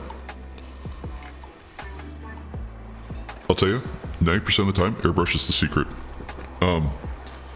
Because they can get the layers very thin, and they can just distribute them, and then it's kind of just a cheat code for like a lot of painting. But I'll say this way. Airbrushing doesn't always, it's not always the solution. Like, it seems like a really good solution, and for the most part it is. Like, you get beautiful results with it. But the problem with airbrushing is that even though it's absolutely gorgeous, it does take a lot of finesse and a lot of work to just learn the skill. Like, Squidmar, when they do airbrushing, like, they do some phenomenal work as well. A lot of their work now is like just brush work. And yeah, I don't think I'll ever achieve these kind of results that the Feral Painter has either. They mostly use inks and enamels, but how long do you have to practice to get to that level? Yeah, that's a good point. Like, inks and enamels are really odd to work with. Like, enamels can be a pain in the butt to work with because they're not like acrylics, you can't wash them off just as easily. You have to use like mineral spirits. Inks can be really nice to work with though. But if you're pushing both through an airbrush, you've got to have like a really good quality airbrush and like a lot of experience. Like, to get to that level, we're talking like maybe years of experience using an airbrush. That's why I like to do everything by hand. For me, it's easier. For me, I understand it better.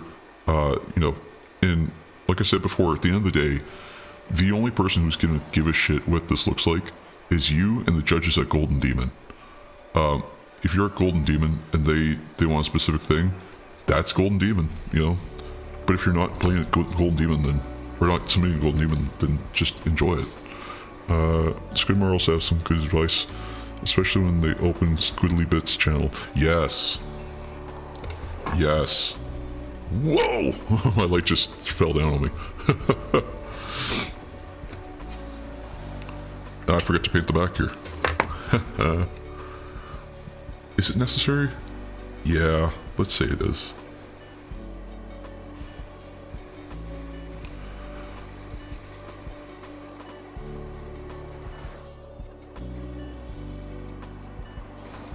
Put this back over here. Squidmar I like. I feel like they paint a lot of things with a lot of like veracity. Like, they paint things with a lot of talent, but they come from a space of like having been painting for a very, very, very long time. And Emil has like built a business around it, right?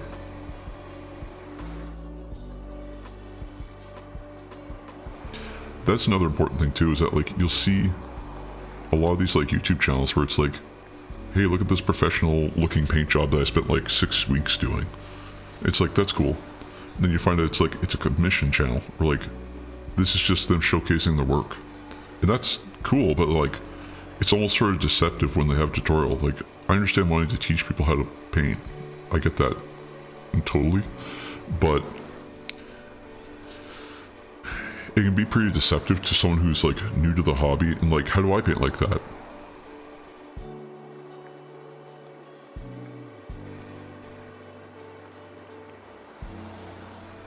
I'm very harsh when it comes to judging my work.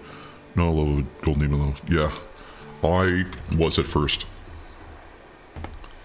I was like, I'm not paying this, I'm not paying this, I'm not paying this.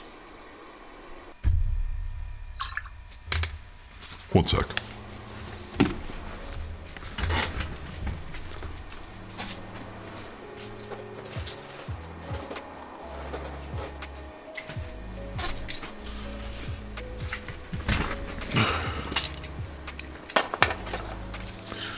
I had to get up. I had to grab something because I have a story.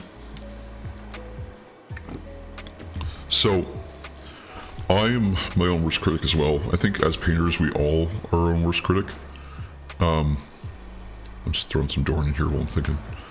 But when I started into 40k in this hobby, I like Vince Ventrola tutorials since they're somewhat mid-high level. I'll check them out. Vince Ventrola. Check them out.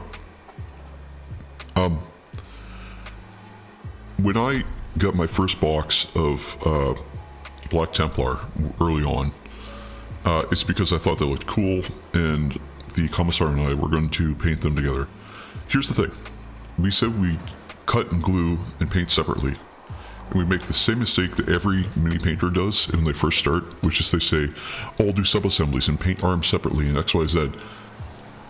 These Black Templar are not finished. I don't know if I'm going to finish them. Oh, it's kind of hard to see. There we go. And the annoying thing is that they don't look half bad. If I sat down, I could make these look the way I want them to. But there's so many mistakes I made here. The mistakes I made were like painting in pieces instead of gluing them painting. You know, painting and then kit bashing, or kit bashing and trying to do separate bases and trying to do this cool thing or that cool thing. You're going to judge yourself super hard all the time. And you're going to be like me, right?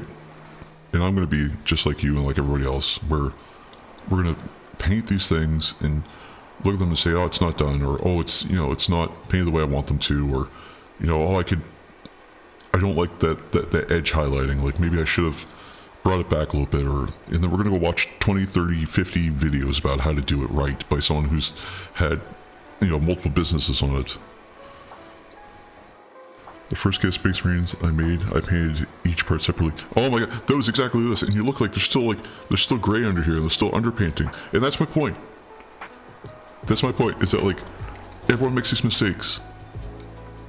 And you decide when it's okay to just make those mistakes.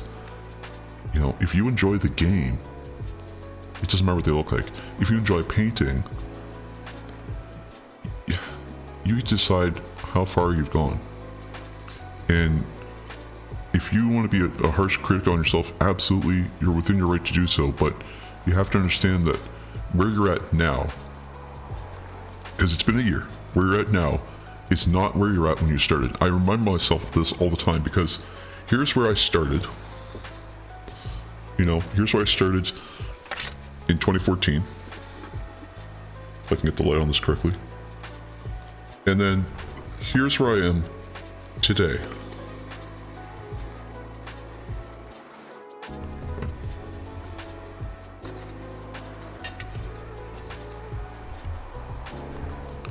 And sometimes you have to take a step back and say, I've done well. And I can continue to do well, but I can do better because I can do better. You know, you can't be a critic on yourself and say, I did poorly here, when the reality is that when you were here, you didn't know the things that you know here.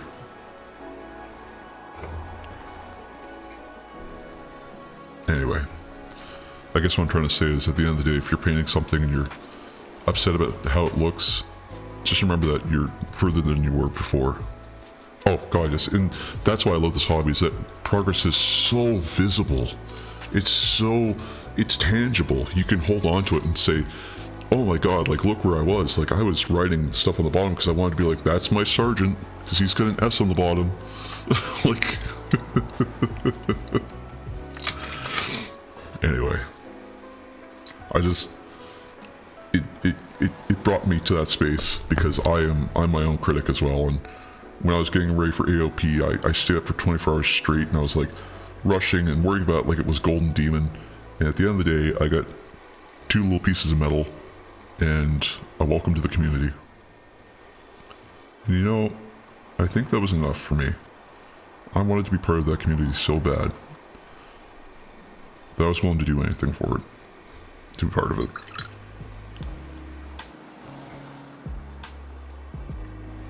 I guess what I'm saying is that you're allowed to be a really harsh critic. No one's going to stop you from doing that, but like, just have some like humility and be like, you know, I'm doing fine.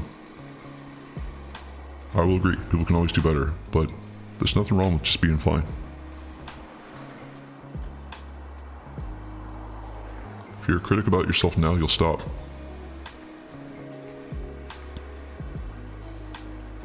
You won't enjoy it.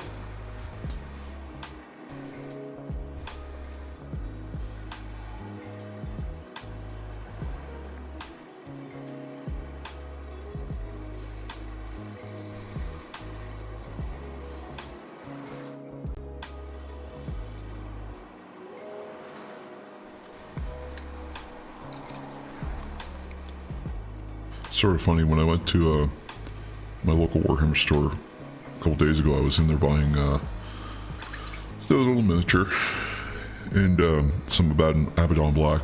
Abaddon Black? I can't pronounce it correctly. And I was looking at some of the models that were painted underneath the for scenery that that the store manager had. And I said, oh, like, how'd you paint this? And he was like, oh, I don't know. It was probably dry brushing. It was like 15 years ago. And I was like, really? And he goes, yeah. And he just kind of shrugged it off, and I said, it looks really good. And he goes, no, it doesn't. And I said, what do you mean? And he said, well, you know, the paint's kind of just everywhere here. I think I'll try painting tomorrow since it's getting late. It's looking late here. Right on. I appreciate if you do. I always like having a painting friend. But if you jump off now, that's totally cool. Just bear in mind that there will be a VOD of this, so if you want to watch it later, or if you want to, you know, if you want to, no pressure if you don't. Or if you want to see how things turned out late in the rest of the stream, by all means. But if you're heading out now, then we'll see you next time. Thanks for joining in. Appreciate you being here, man.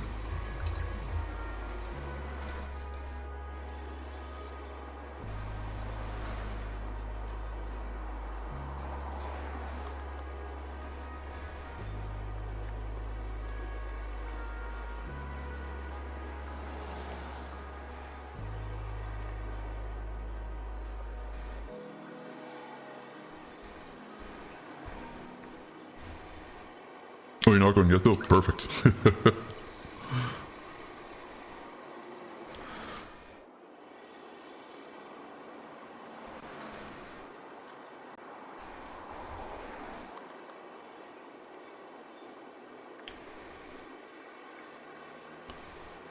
I am excited for you to paint tomorrow though. Do you know what you're going to paint?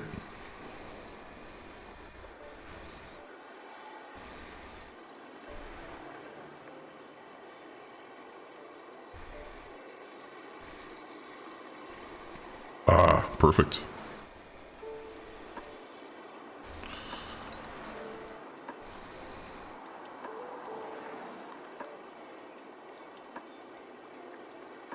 Got some Death Guard Prime. Nice.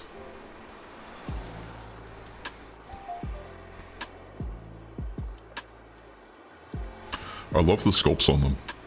Like, I was looking at them in the store and I'm like, I almost bought Death Guard because I kind of want to mod them to make them look more grotesque.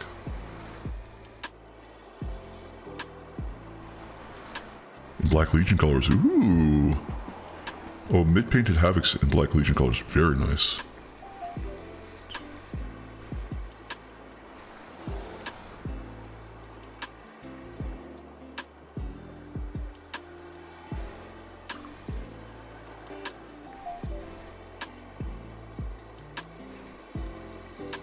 I don't want to see what those look like. Well, you don't need more water here too. Ah! Dorn's drying up. All upon the Emperor, Dorn is drying.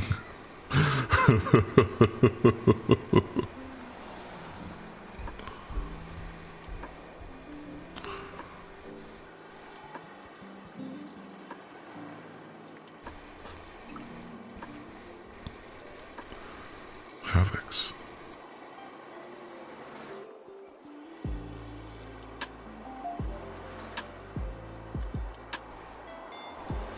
Aiming myself for more centerpieces to display on the shelf. Yes. Oh man.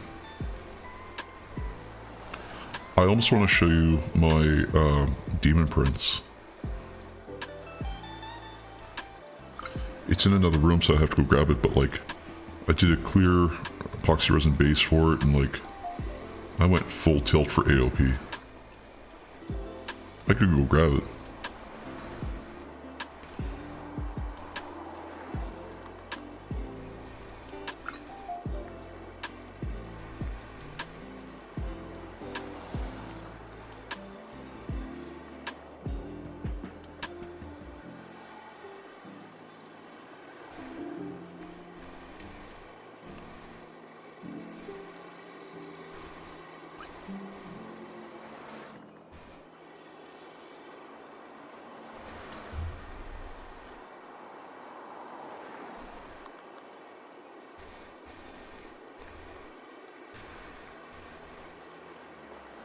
love Battlefield centerpieces, man. Like,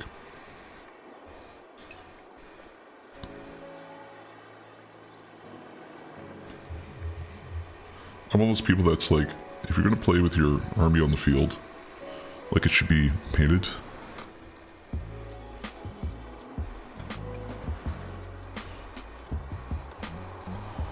And I believe very strongly that, like, painted is like painted, because you're pushing a game across the table, right?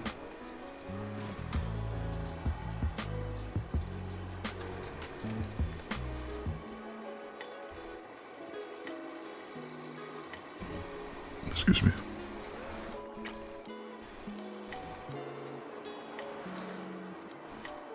I just get disappointed when people bring up gray minis on the battlefield. And I mean, there's nothing wrong with that. If you just want to play your army, that's fine. I mean, it's one of those hobbies where you're allowed to express yourself in any way, right? But I look at gray pieces and I'm like, I don't really understand what's going on if they're gray. I have an easier time understanding if they're painted, but also, like, it's like a gameplay thing. Like, they just look more beautiful if they're painted. And that's just because, like, if I'm sitting there, like, trying to figure out strategy, I've got, like, a theater of the mind in my head of, like, here's how the battle looks, I guess, to me. It's almost like a video game, I guess, or like TV.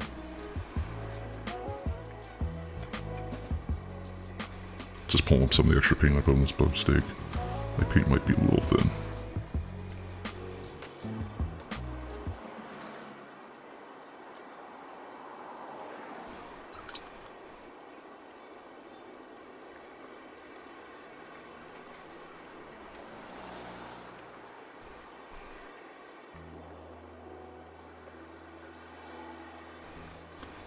A little bit more in there. There we go. Need a lot more for this corner piece. Part of that. A little bit of water.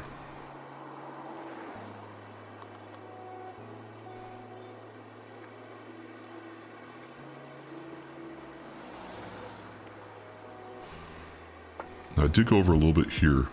There's a little height over there, so I might come back and fix it up a little bit.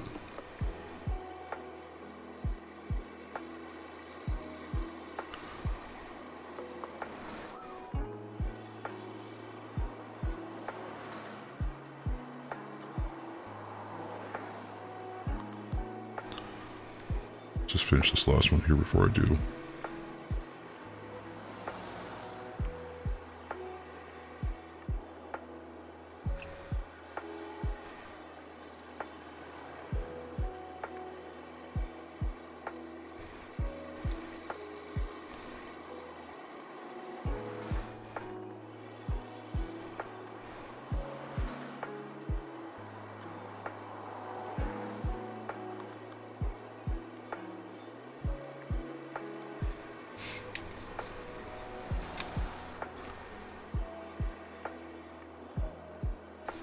Let's see here.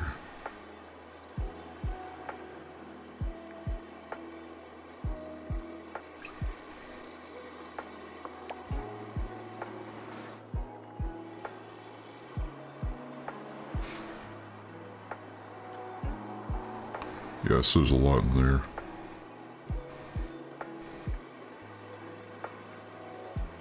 There's not a lot in here. So I have a little bit more in here.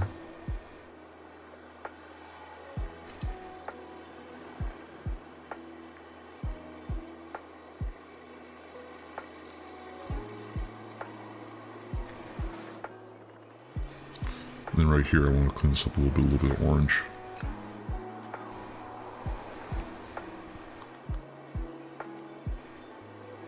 Put some on my brush.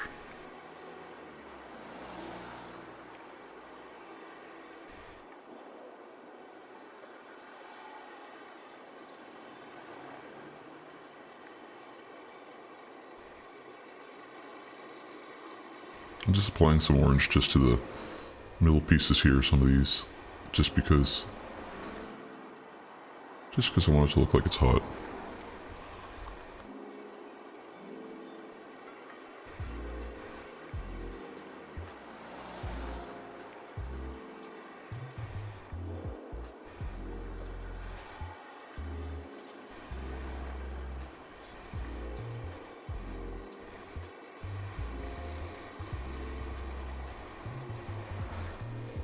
I applied a little bit too much there. Again, this is that perfectionist, like, I can go back and do more, I can go back to more. I gotta slow down. And just... relax. Okay. I do want to clean up this one though, because that one ended up a little heavy. I'm going to clean it up with some Corvus Black, because even though the base of this is Black Legion all the way around, you can use Corvus Black just to clean it up. As long as you're careful and thin it out a little bit. It'd feather it.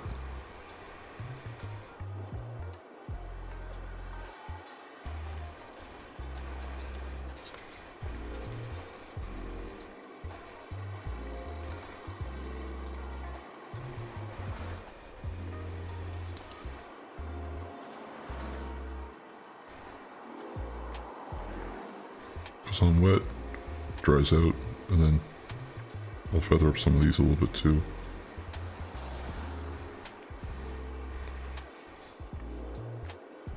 Just so they're not as heavy. And just like that, it just dries out kind of perfectly.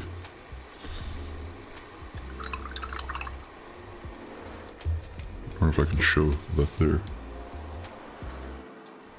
Oh yeah. Can't even see where the bleed over was.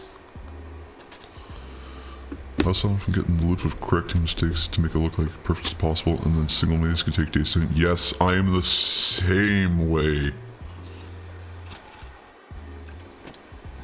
Days to weeks, man.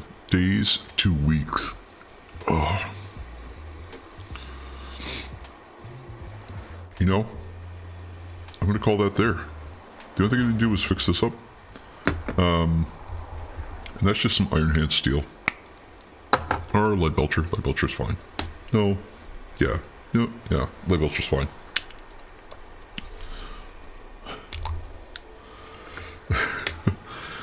It's the same loop, right?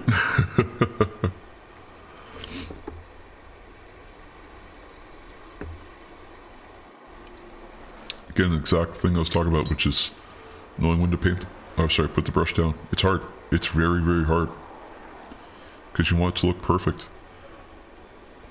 But sometimes perfect isn't.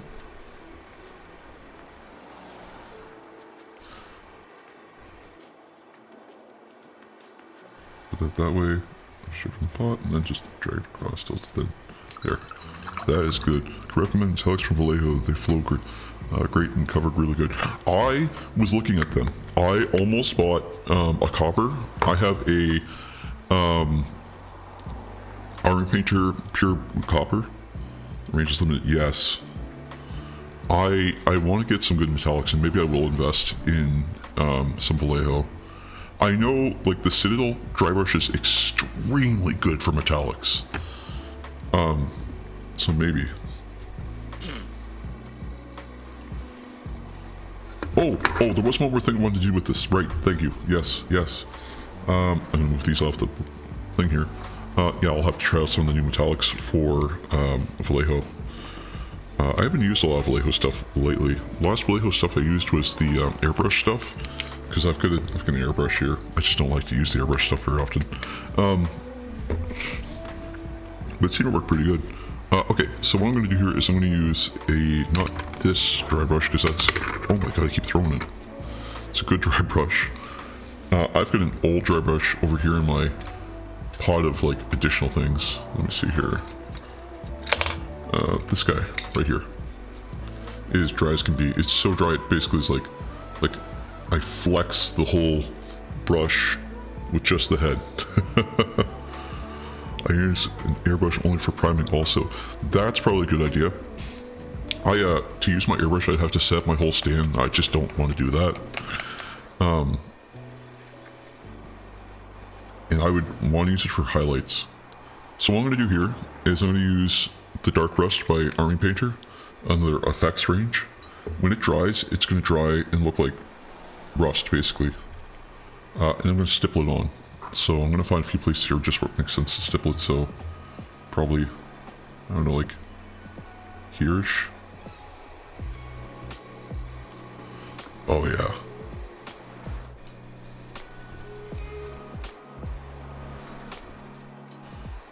And I'm gonna grab a little more. It dries kind of chunky with like a texture.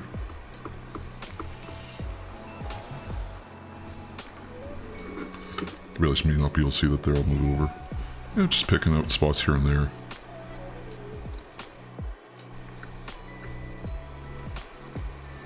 Just wherever it doesn't make sense to put paint. Not where it makes sense, but wherever it doesn't make sense. Because it's rust. Rust just, like, you could pool rust naturally, but like, I want it to kind of just be everywhere, I guess, but unnatural looking. I want it to look like it's legit rusty. But only in some areas.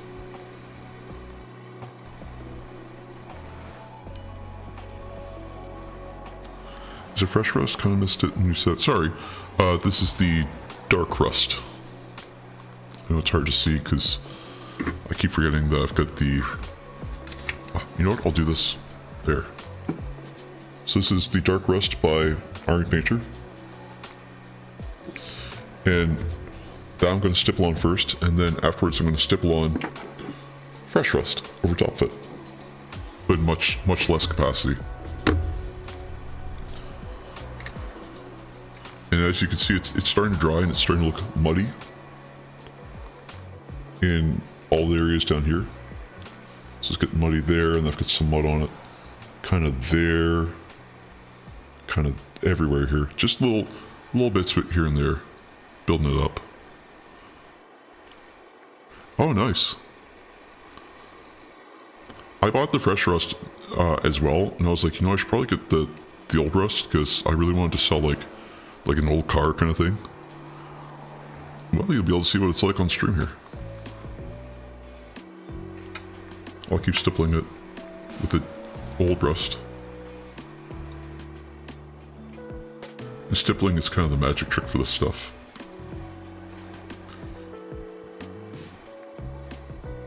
Because you kind of, you don't want to like lay it on with like a brush, you just want to stipple it.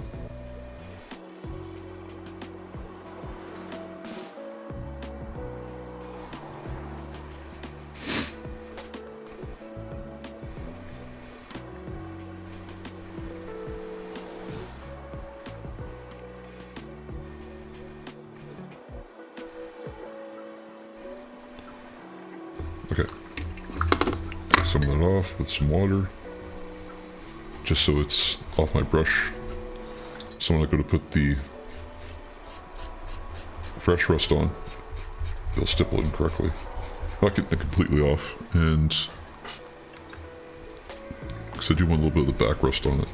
And plus dry is fine. It's a burnt out brush anyway. Burnt out brush.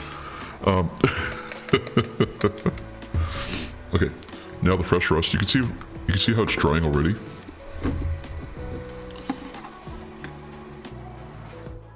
Specifically on this little spike here, but also kind of like on the gold itself up here.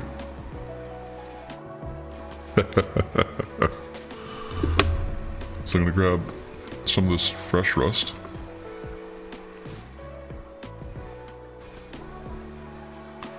And again, I'm just going to stipple it. I'm going to be very gentle how I stipple it.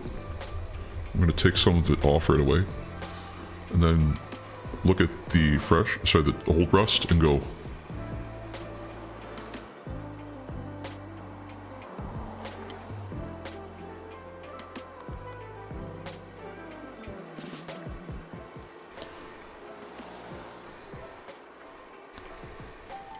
And just find some areas where the rust would pool, like the water would pool to create rust.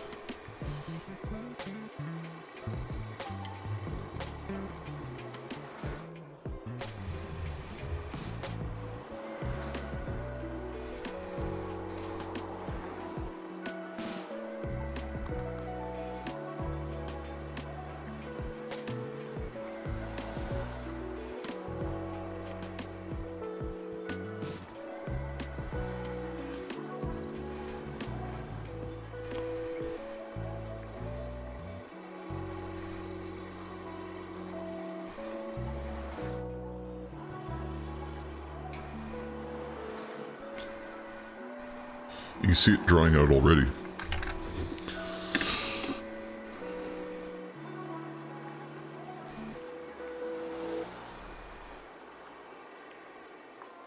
And that's creating just a texture on top of it that looks like rust and feel like rust. And it has that like grainy feel.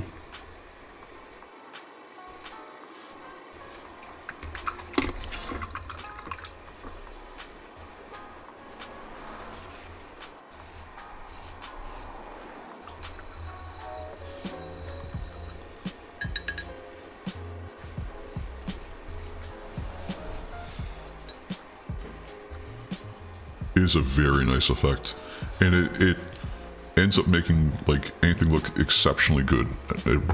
Sorry, exceptionally rusty, which is kind of what I'm aiming for. Like, I think that looks really good. I might even take a little bit of Nuln oil here if I can find it again. Where's my Nuln oil? Either Nuln oil or, you know what, Agrix Earthshade. Screw it, Agrix Earthshade. And I'm gonna take one of my cheapo brushes here that I got from Amazon. Just grab some and then just slather it over top.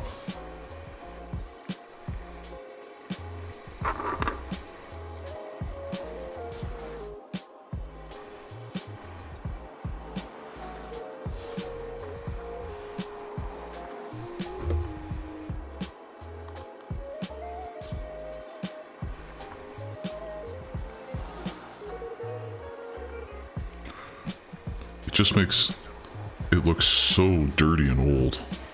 It's going to be hard to see, I apologize. Put it back on here. There.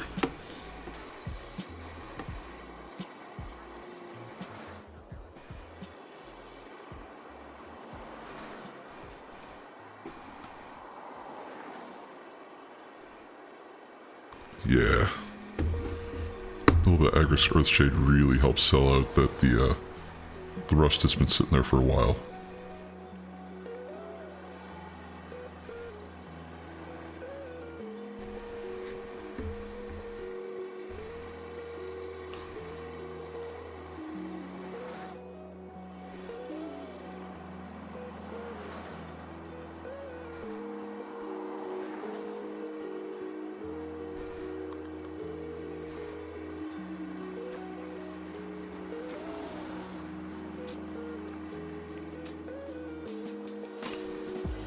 Oh yeah, as it dries, it starts to pool and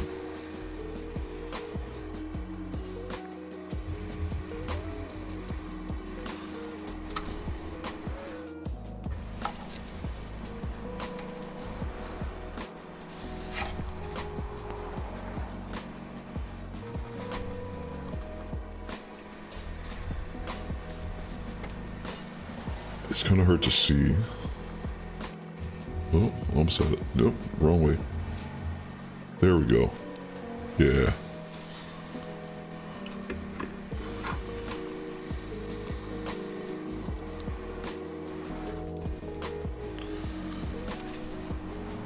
Put my light back up here a little bit. There.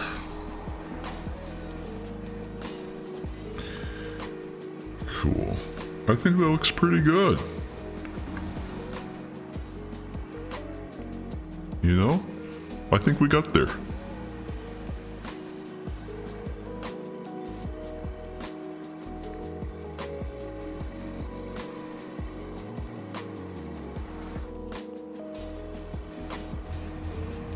Yeah.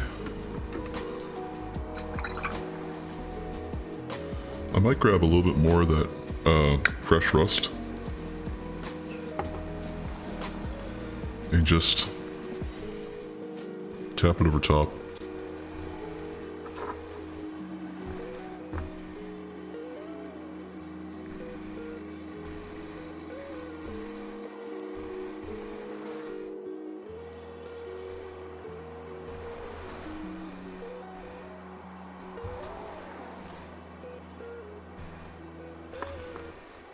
Oh yeah.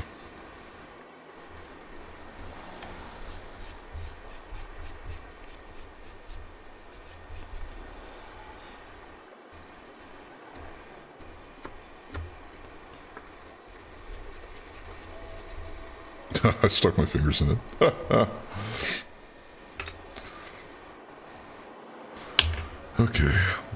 drink right here.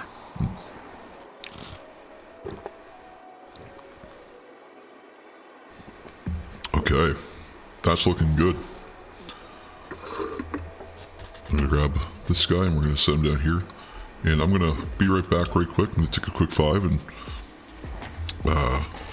just refill my water and we'll get back to it.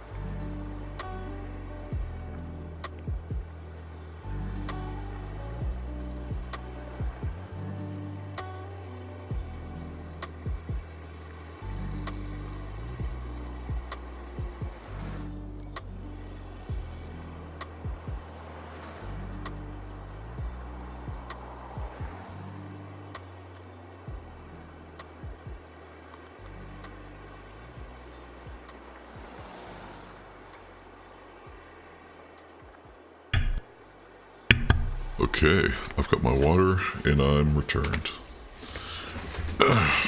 Perfect. So, we left off with doing the rust on this. Rust looked like it turned out pretty good. It's dirty and it's old. That's kind of the goal. And now we can move on to the next part, because this part is effectively done. Light's still working. Of course, it's only a very small circuit. That's a 500 milliamp battery I have on the inside of that. So that's going to come off screen now. And we're going to focus on this. This. So we don't need any of these paints anymore.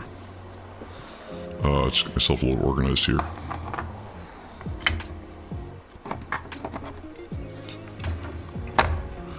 But what we could use is, we need Mortarian and Grime, which is nice.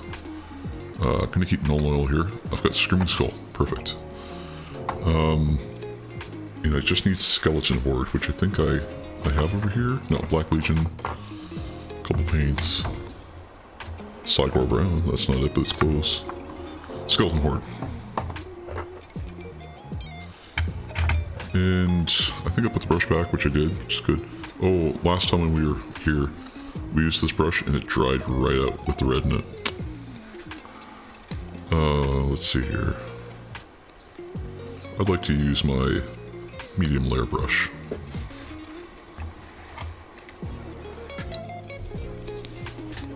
Screaming Skull.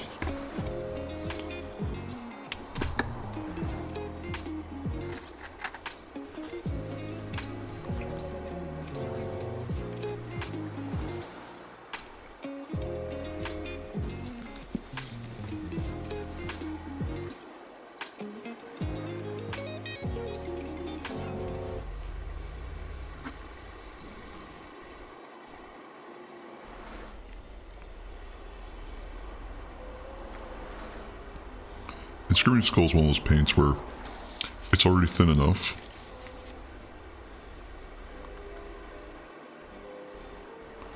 At least because of the humidity in the location I live.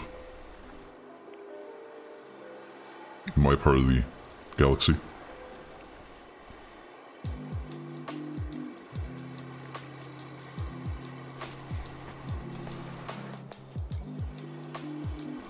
I'm going to grab the light here because it's got a little lens on it, just so I can see better.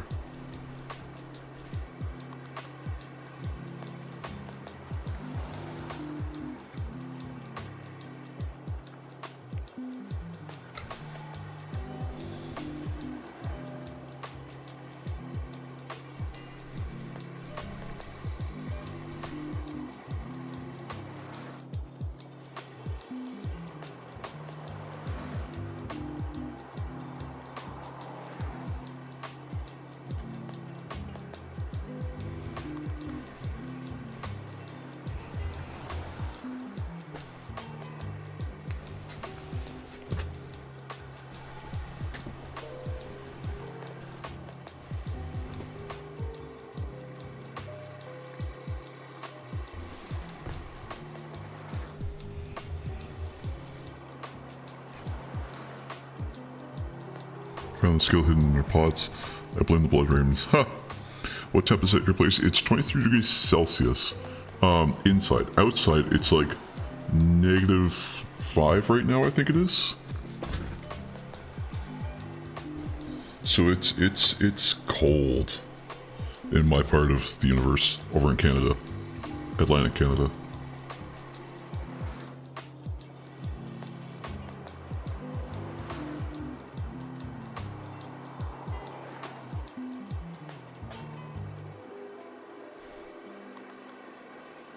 That's the Commissar, by the way. The Lost Zelda.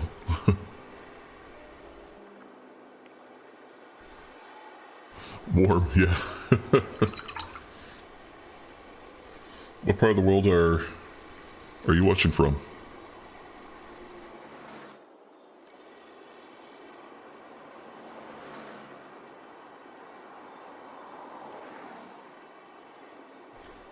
Man, what happened to my layer brush? It's all split ends. I'm gonna change up my medium layer brush here for...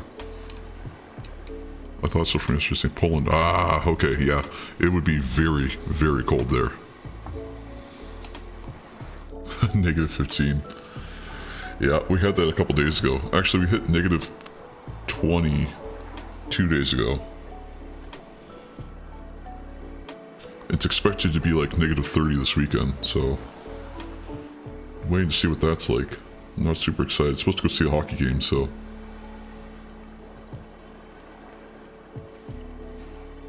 warmest place I'll be is inside of an ice rink.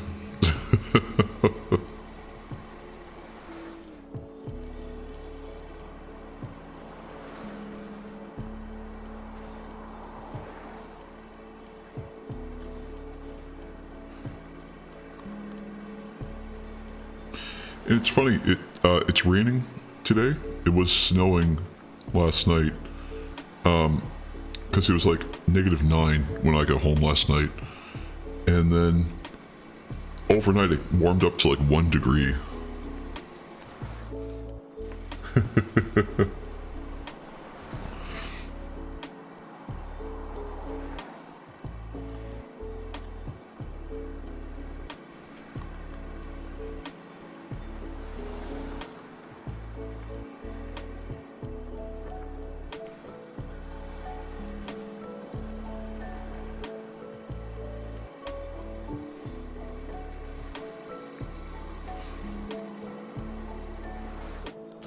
I just sort of realized the juxtaposition of listening to lo-fi chill hip-hop while painting skulls trapped in a block of metal. Minus degrees and rain is horrible. That happened like a week ago here. Oh, it sucks. You just freeze the whole time.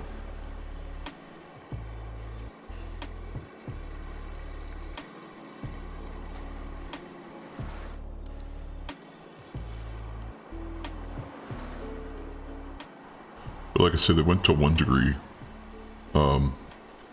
this morning. So when I got out of bed, I was like sweating because the heaters kicked on overnight and then it just got warmer and warmer and warmer.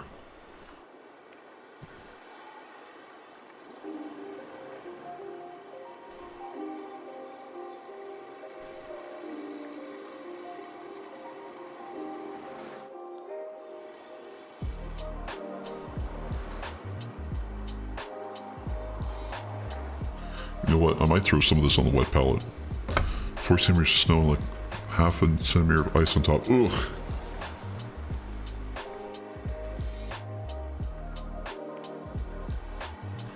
It's all slush here right now, so we, thankfully a lot of it's gone, but it just, when you look at the window, it's just ice, ice, ice, ice everywhere. Because it's, you know, freezing into it, right?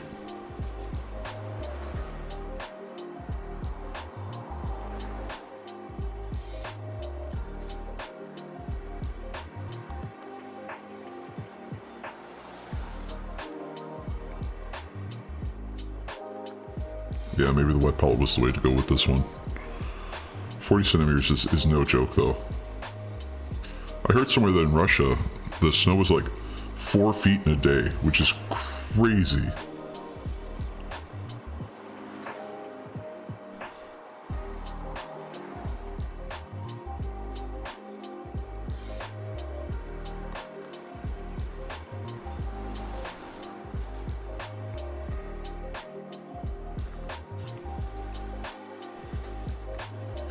Thankfully we have a snowblower here, so it's not too bad.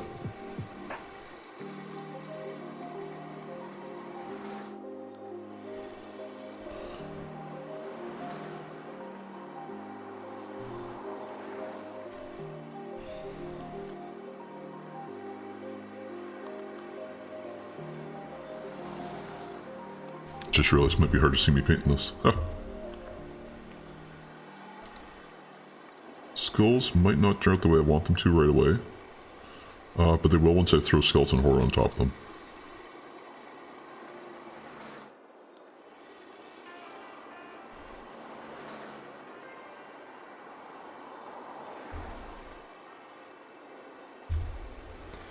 Russian winter is no joke. Oh man. The videos I've seen of it are just Just crazy.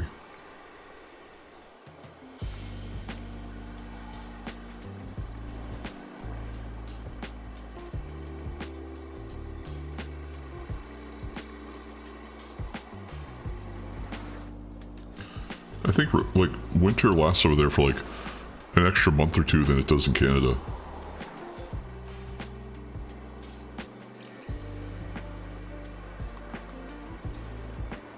Because our winter goes from, it starts in November, but our ice season, our snow and ice season starts in like January, February. And it goes until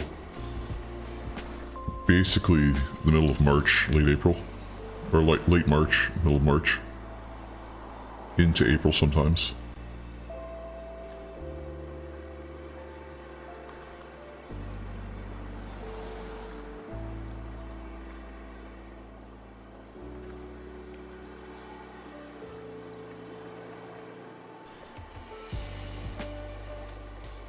Can't imagine what it's like in Poland though.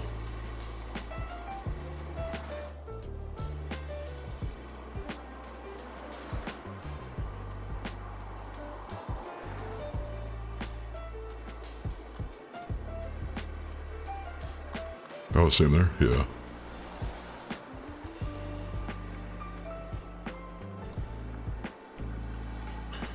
Where I'm at, we're basically right beside the water, so a lot of the water protects us from the snow and the ice.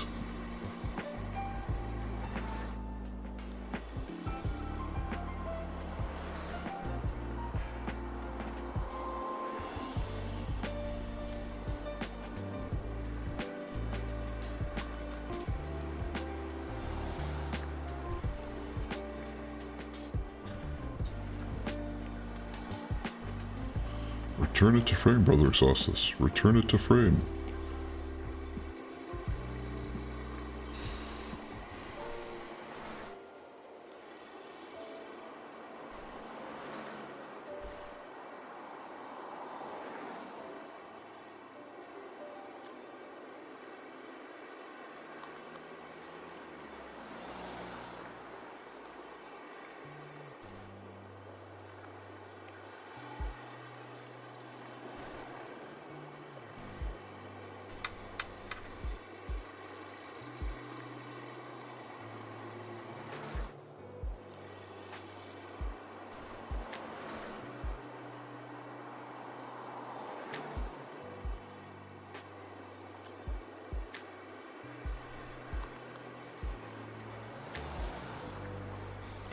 Put this back over here.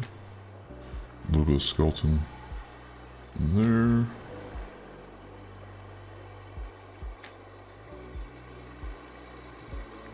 There's so many skulls on this. I don't know what I was thinking. I thought this was like maybe a handful of skulls. I didn't realize how many there was till I started painting this.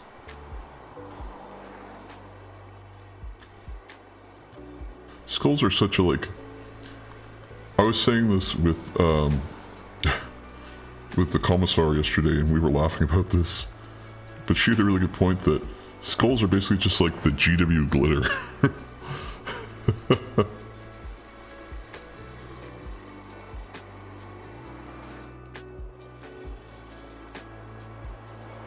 Like Games Workshop likes to use them to decorate things, like a sprinkle donut.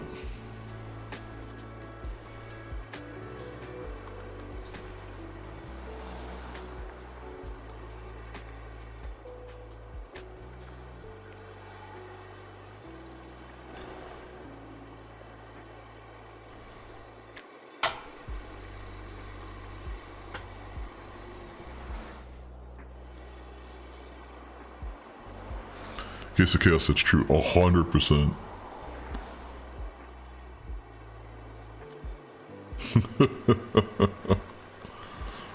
Yeah, Ultramarines not so much. Case of Lois is more Purity Seals, that's right.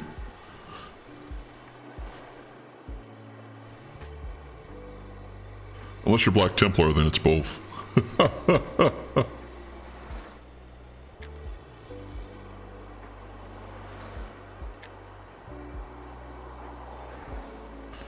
It's kind of the joke of like, Like, oh, we love the Emperor, that's why we have purity seals. Oh, we love the Emperor, that's why we have skulls. And then the Black Templar are like, we love the Emperor.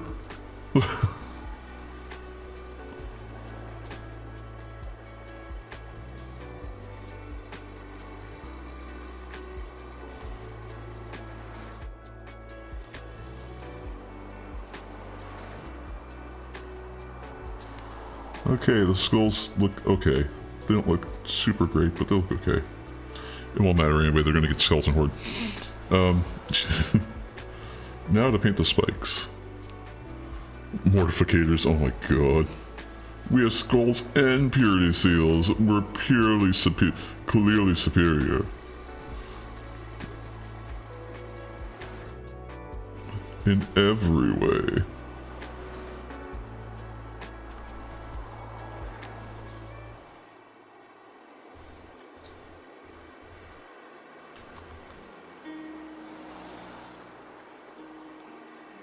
Then you get the Adeptus Mechanicus. We make, you know, we make those seals out of like wax, right? Our logo's a skull.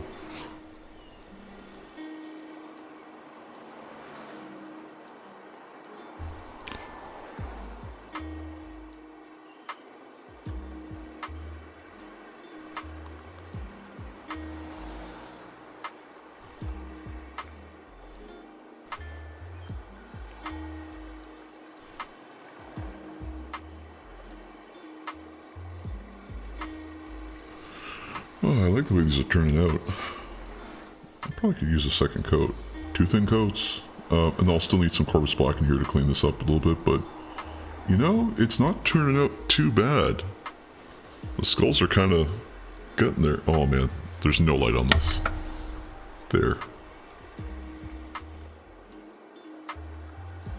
Skulls are coming along.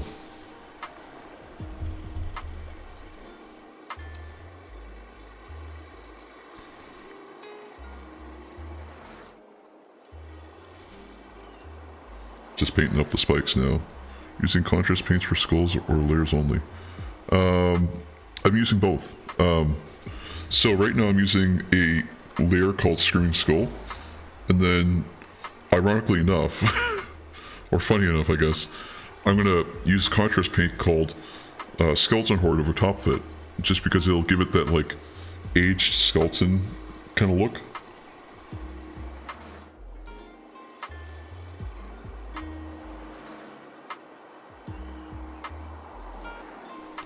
It's kind of my secret recipe for skeletons and skulls.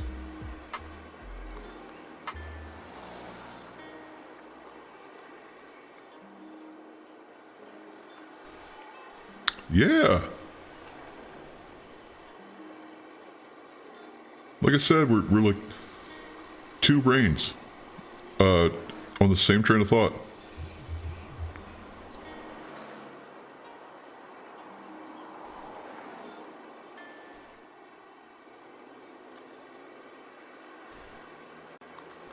Wraithbone, yes.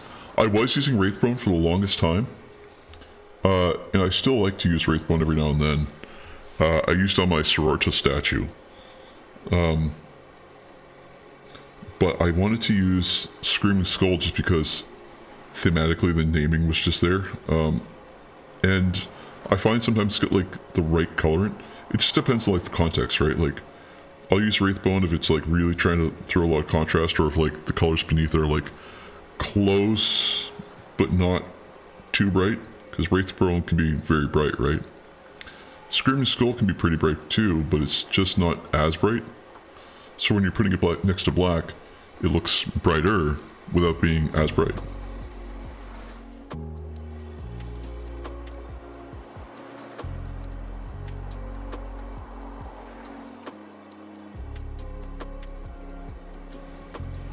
A little bit of water on my brush here.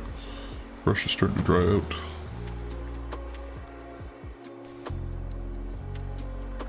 And like, I could edge highlight this with, or highlight the bones with Wraithbone.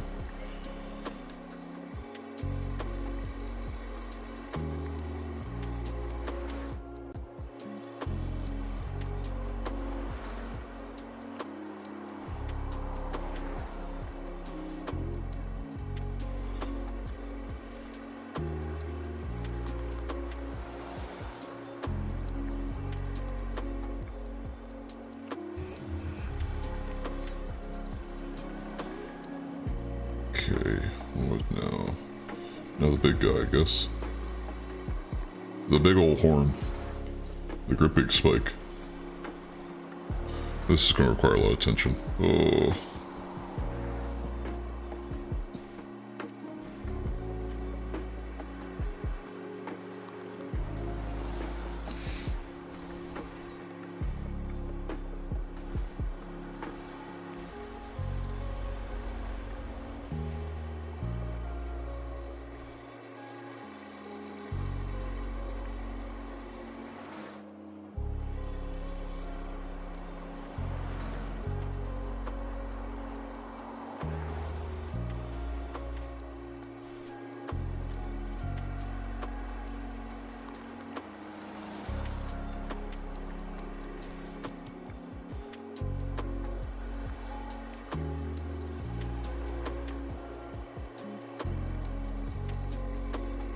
While that big spike's drying, I'm going to clean up the other pieces here just a little bit.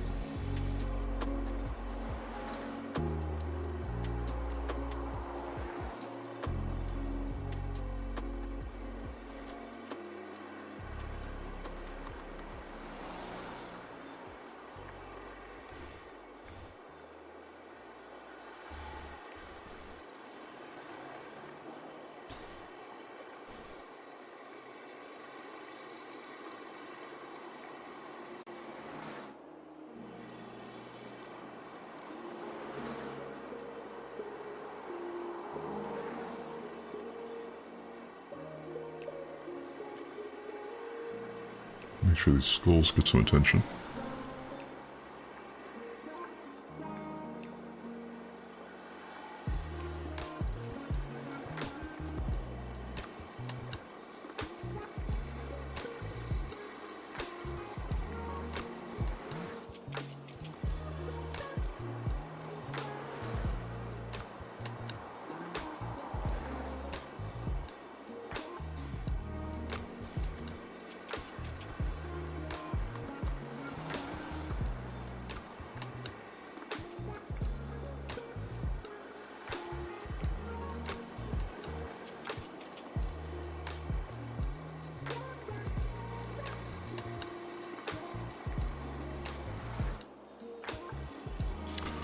Okay.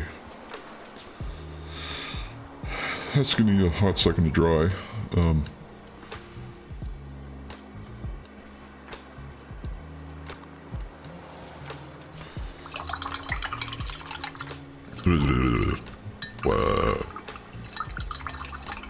I like making that head flick around. Okay, so that's drying.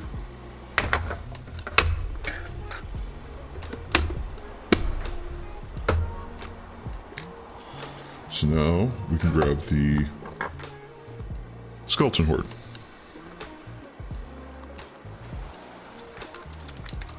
Give a little shake because everything likes to settle to the bottom of these things.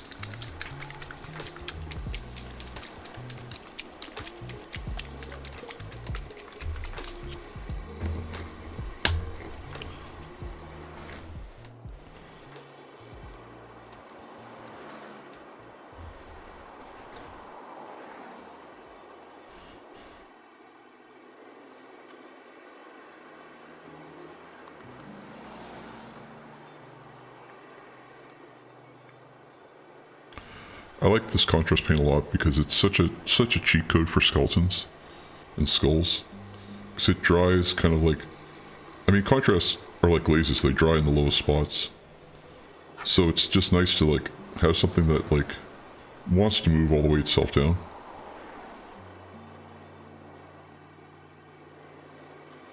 The thing is, you do have to be careful with how much you're putting on, because it will pool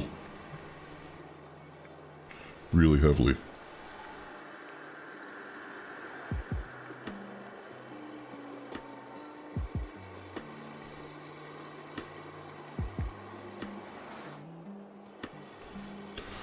But the bristle brushes will actually pull it up really easily.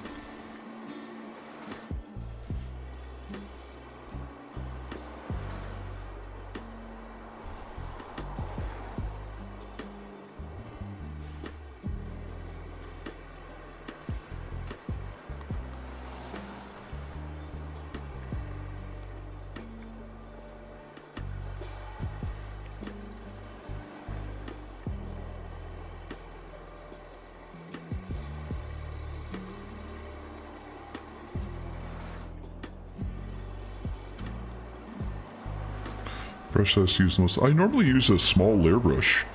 I find that they work kind of really well for everything. I do switch every now and then to like a small base brush or like a dry brush, but mostly it's just a small layer brush. Small layer brush, sorry. I find it just does so versatile. It's like the perfect size by Citadel. Unless I'm doing like super fine detail or something.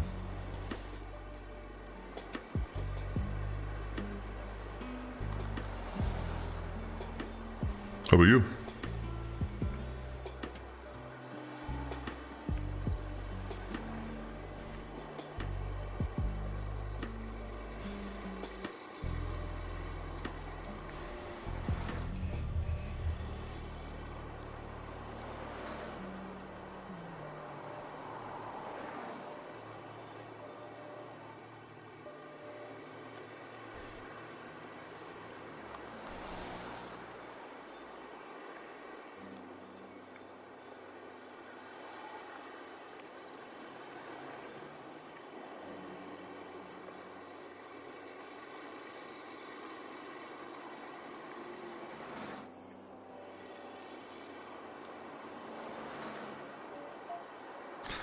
Size 6 or size 2 and the fine details I'll have a Klinsky brush 2 and 1-0.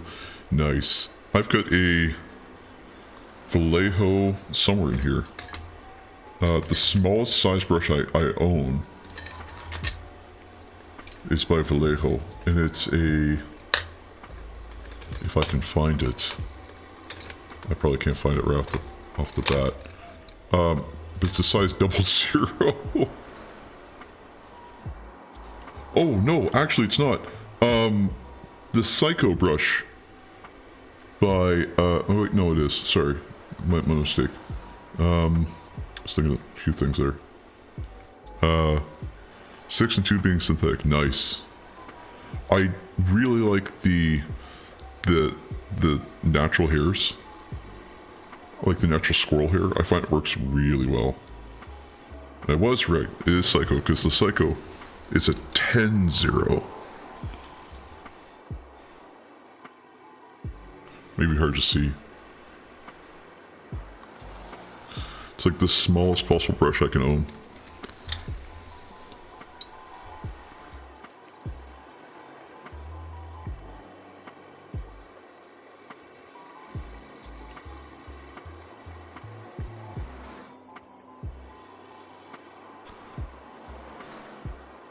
I don't use a lot of synthetic brushes. I've considered like getting into them, but I just have a hard time with them. I find like the natural hair just works so much better for me.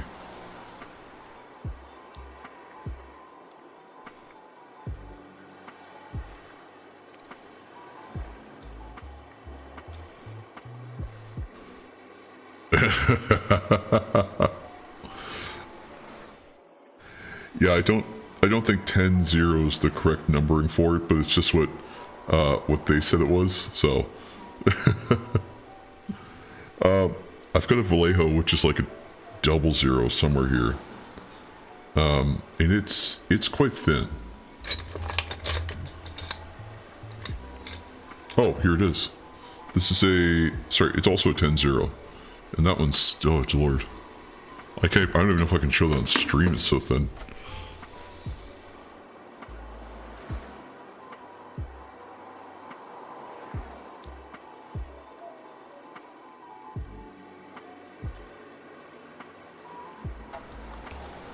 Yeah, exactly.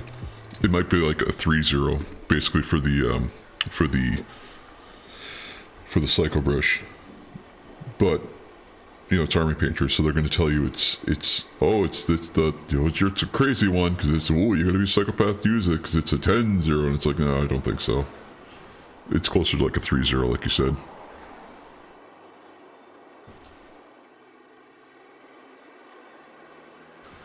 Yeah, exactly. And I find, like, it's a 10-0 by Vallejo, but it doesn't hold paint very well. Like, you only get, like, a couple seconds with paint, and that's it. Very small.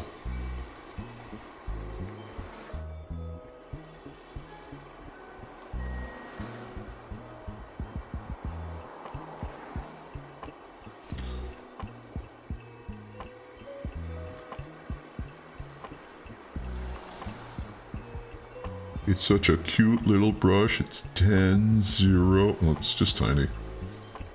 You know what? I think I went a little chunky on the paint on these skulls. But you know, I don't know if it matters. It would have been nice to see the teeth on them. Doesn't have where to hold the paint. Yeah, it's actually exactly like it's just like a brush tip and that's it.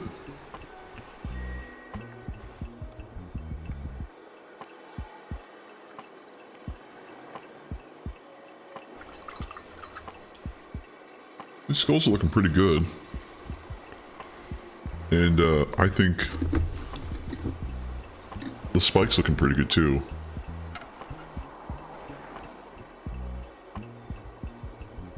Still kind of hard to see, but it is what it is. Get some light above it here. Yeah, they're looking pretty okay. I'll do up the rocks next and come back with that screaming skull and just do some edge highlighting on those. Actually, let's start with the edge highlighting, just get out of the way. Small layer brush. And then just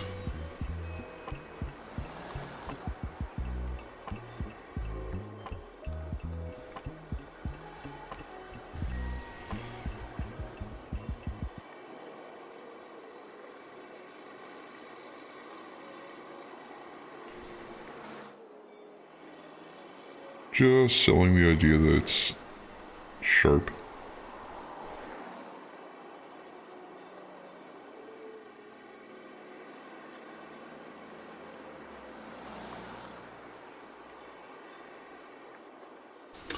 I should probably try and zoom in again. Let's see here. Video capture, proper, oh, not filters. We don't want a filter on this.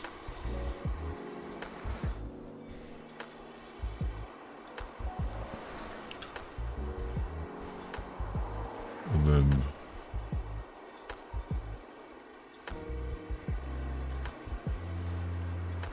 300 zoom. There we go. Perfect.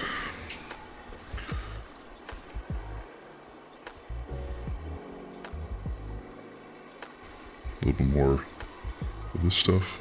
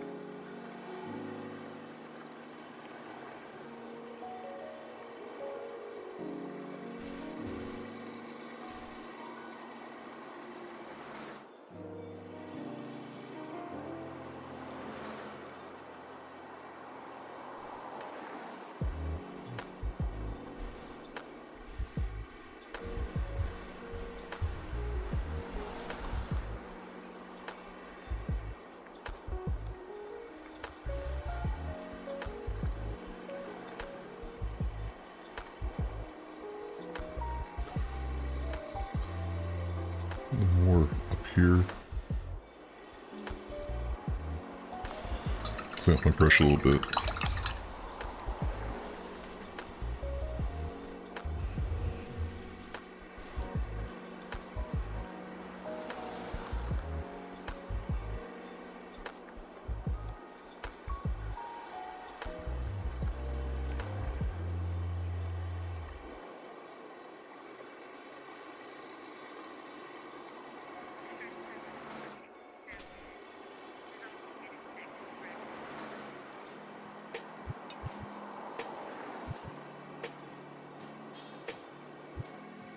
Still too much of my brush there.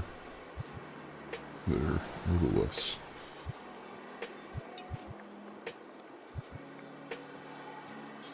Just so I can edge highlight.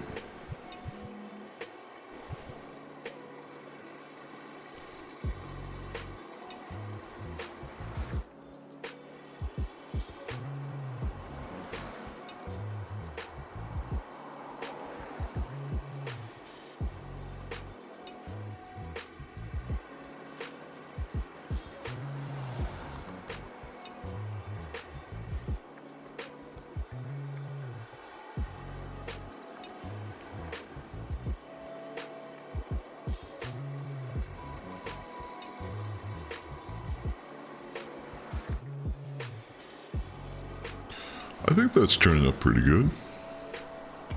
There was one skull that was upside down here. Oh, yeah.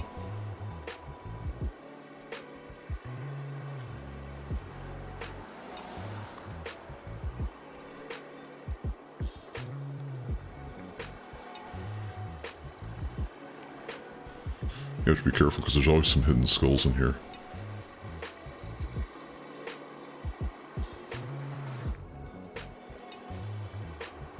Okay. Now I get to come back through with the cycle brush and Corvus Black.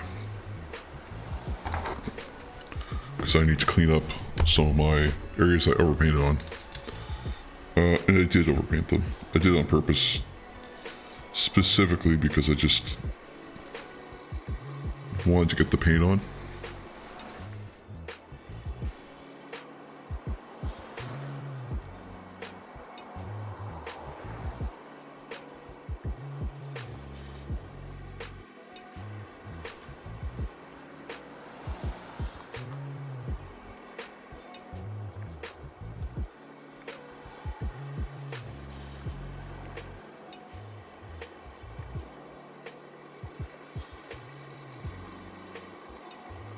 Using Corvus Black as a base, or Abaddon Black. I'm using Corvus Black, sorry.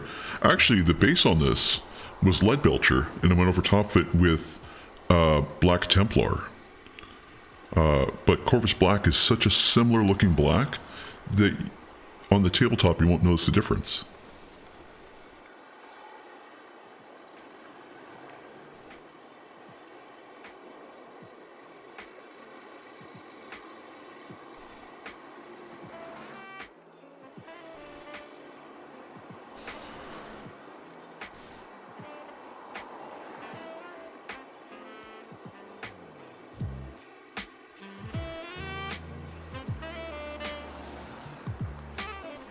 Abaddon is more matte for sure.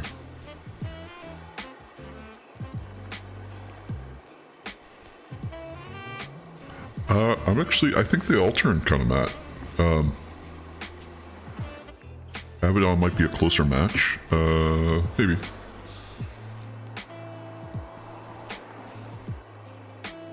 To me, I can't really tell the difference, so I'm just kind of going with Corvus Black. Then I find with like Abaddon Black, it's so dark that I'd be afraid that like it would show up more so than, like I'd show the correction more so than the actual different colors. So I try to go lighter, and if it is too light, then I can go over it again with like a darker color like Abaddon Black.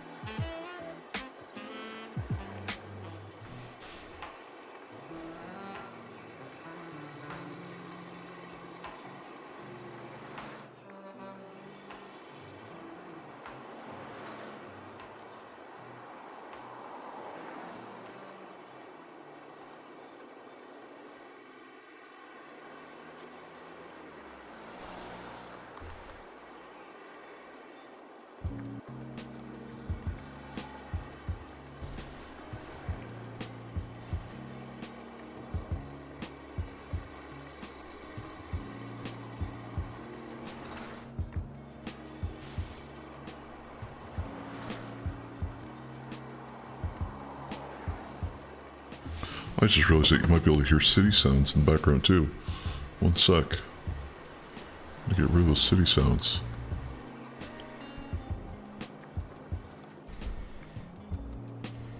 There we go. Yeah, it was very dark. It's hard to build up the color on it. But it's more controllable. Exactly. Abaddon Black is fantastic for control, but it is so hard to build colors on.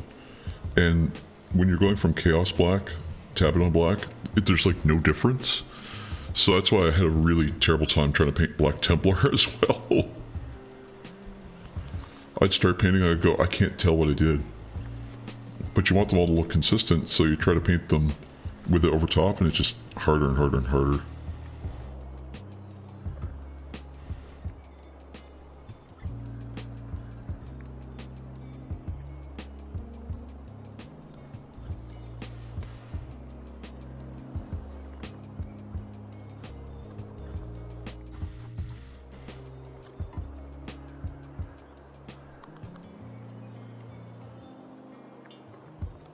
But you are 100% right, it is so much more controllable.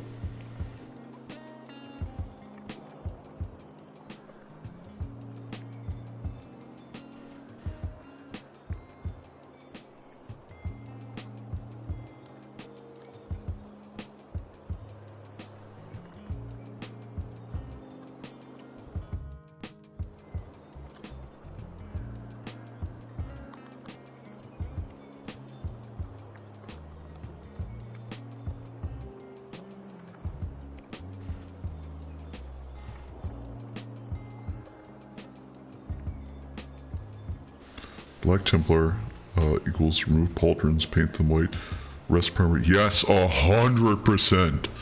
Oh my god. Yes, you want to prime them white and paint them white and keep them that way, then glue them afterwards. And that was my fear with them early on.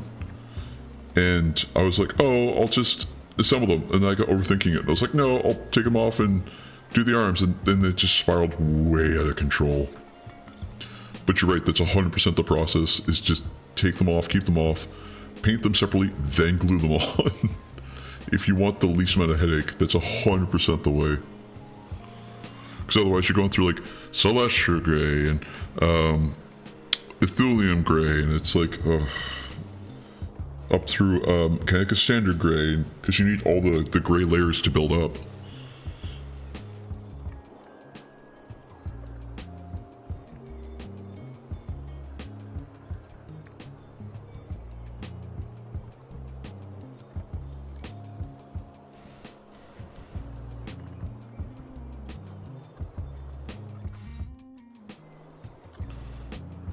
Okay, my skulls are looking pretty good.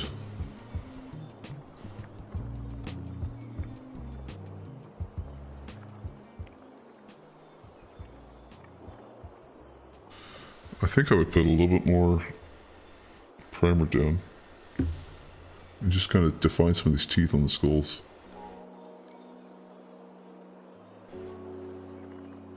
Yeah, see, it's the thing where I'm getting caught that loop again. Where I'm just, oh, I'll paint this, oh, I'll paint that, you know. I gotta stop before I get too far here. Alright, that was far enough, I want to say. Just clean up this little bit here. And we'll call this part done.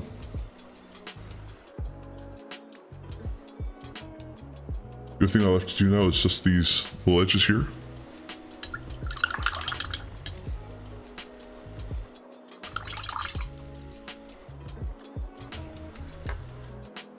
Use my small layer brush. And just paint the rock. And I still paint the other part of the metal here gold, or sorry, silver. And this might be a good candidate for Abaddon Black. Abaddon? Abaddon? I can't pronounce it.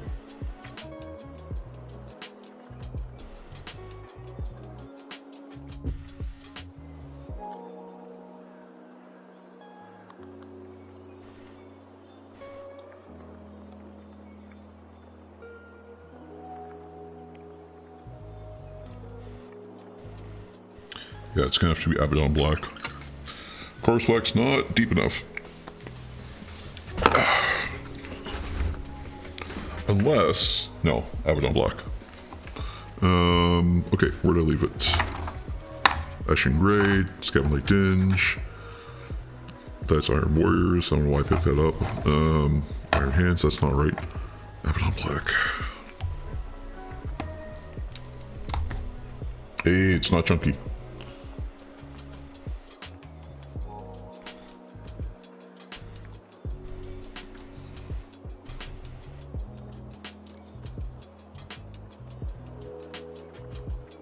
Oh, you can see the difference there is night and day.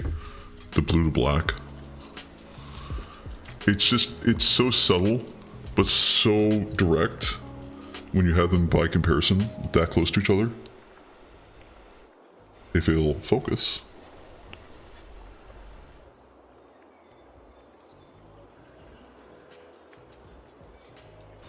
Like that is such a strong comparison.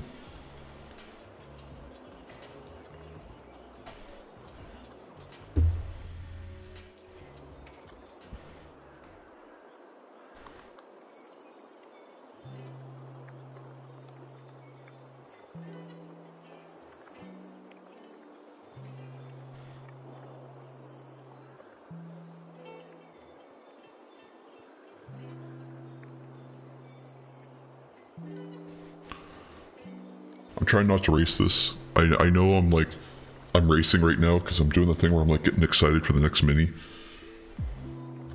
And I'm like, oh, so close.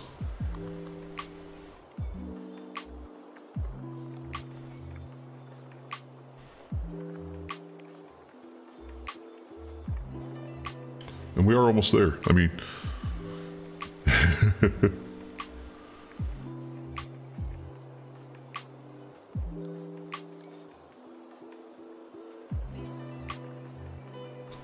Oh, I just missed this one since it's completely silver. Oh, man.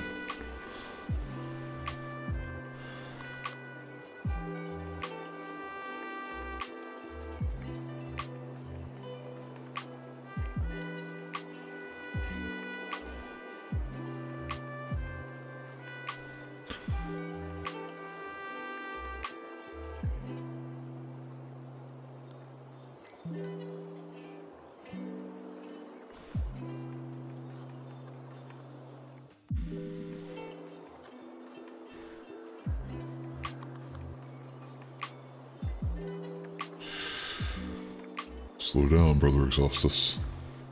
Slow down.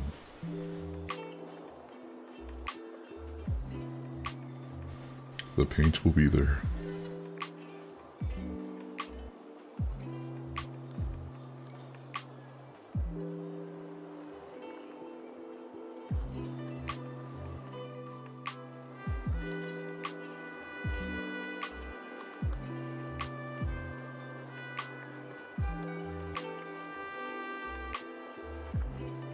We do not hurry that which can be.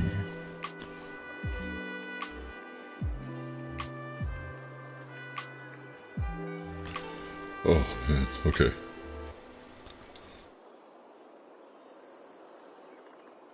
Excitement is the tool of the Xenos.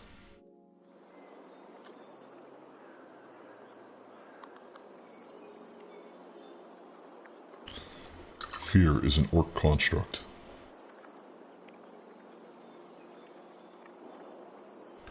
Man, I was thinking about painting orcs at some point, and maybe the stream will have orcs on it. I'm thinking at some point in the next few months it will, because those look like so much fun. And actually, I think one of the things I'd like to do with orcs is kit bash the crap out of them.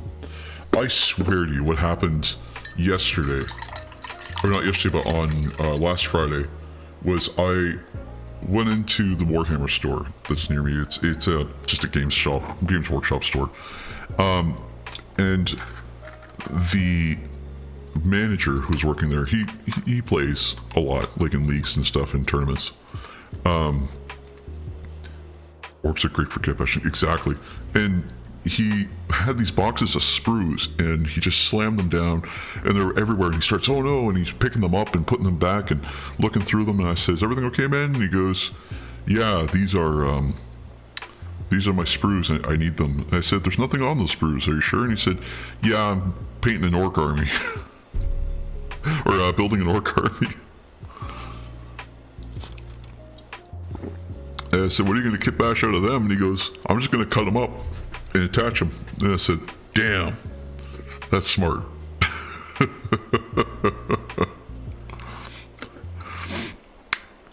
Just in a bunch of empty sprues. The community here is a lot of fun. I really like hanging out with those guys.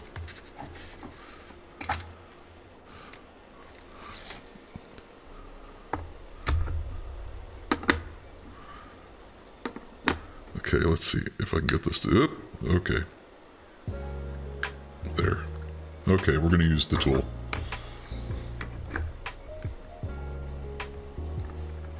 There we go. I have no idea how much the commissar spent on this, but it is worth every friggin' penny.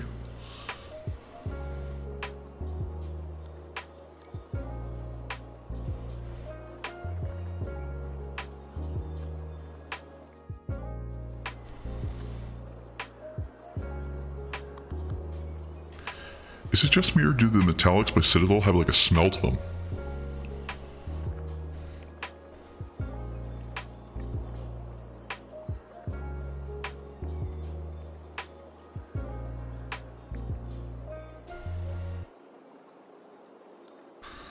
You just glue shit together and tell people that's what a WOD logic. 100%. It makes me want to like do like an armies on parade with orcs and just have it just be like a crap load, like just a shitload of sprues just glued together. Yeah.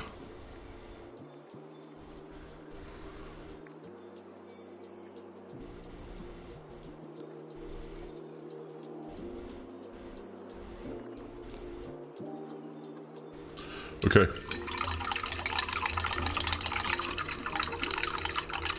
Where does head go?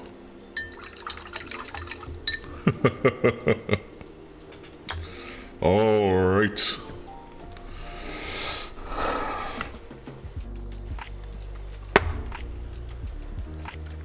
You know what? Simple dots. We got there. We did it. There's still some blending that needs to be done between this piece and this piece. And I think it's kind of like dinge. But I can't do that until I'm ready to glue. So, right? We did it, man. But yeah, so I can't get there until to blend them until after I've got this little fire resin cast. So that's going to be probably the next stream when I start that up, because I have to print a piece for it to hold the box. But we're there. I mean, we're like 98%. And the last 2% is probably going to kill me, but like we're 98% of the way there. Right on. I'd say this calls for celebration. I'm super hype. Let's get into it. I'm going to put my brushes away first because I don't want to lose those. And I will forget where they are.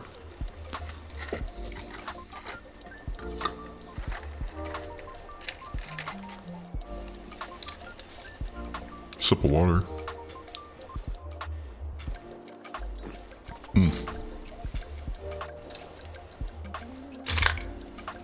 Knife. It's over here. Whip all over here.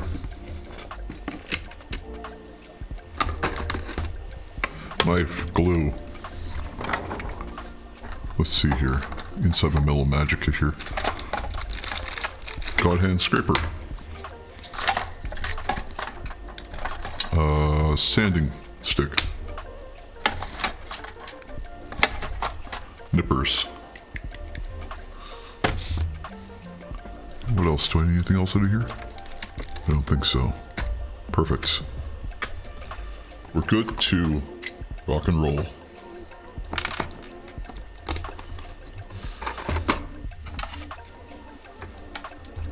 First cut of 2026. Here we go.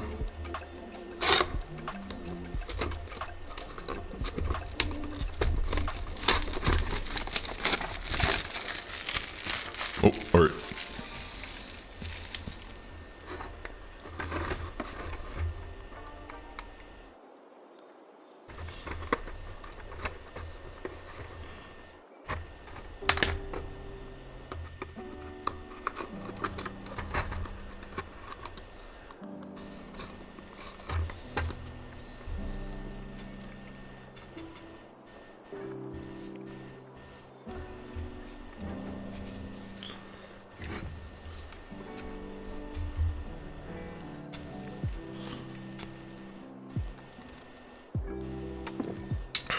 There we go. Water. Should another piece of candy.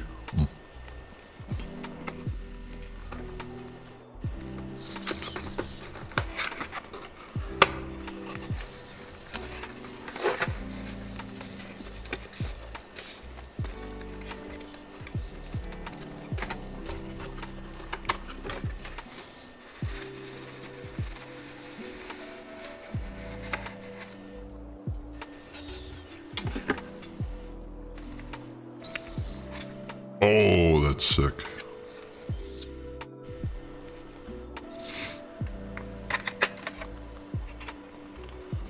The commemorative, I love the commemorative series. Just the way they put these together. It just looks so cool.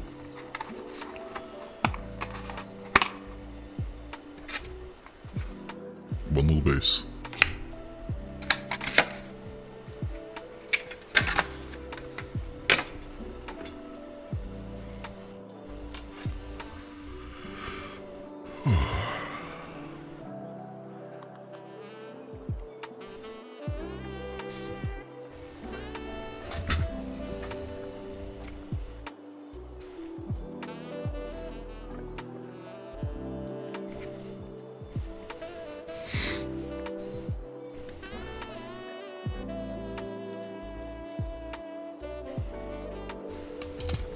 Wait, should open up these instructions. What am I doing?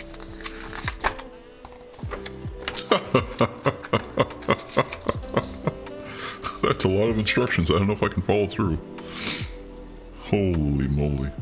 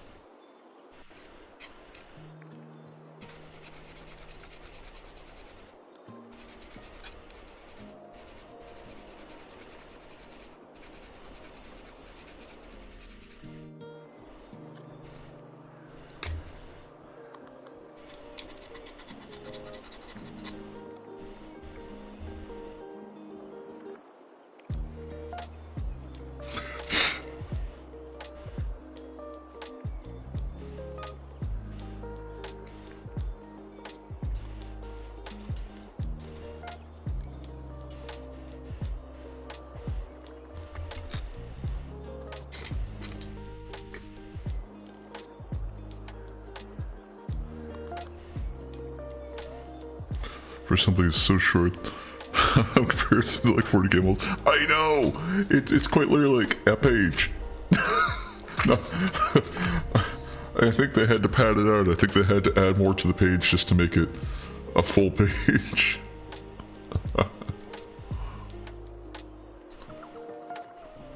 40k, it's like, here's all the alternations. Like, you can make it this way, or that way, or this way, or that way, or this way, if you want to go that way. It's like, oh my god. Age of Sigmar's like, here's a model. Oh my god, I know.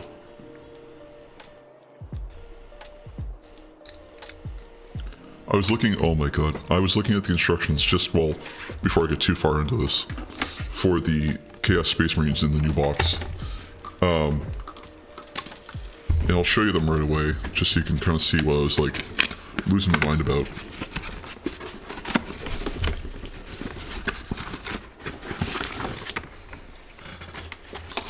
To do one Space Marine, one Chaos Space Marine, I have all of these heads to choose from, three rows of heads, 9 weapons, sorry, 16 weapons, sorry, 12 weapons, combat patrol specific options, additional, like, how many like, I need, like, I need someone who's specialized in making models to almost build it. It's gonna be a lot of fun though. But it's just, oh my lord.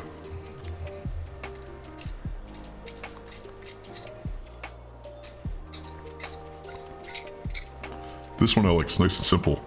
I could just take a scalpel and my nippers and my cleanup blade here and my thing and just go for it.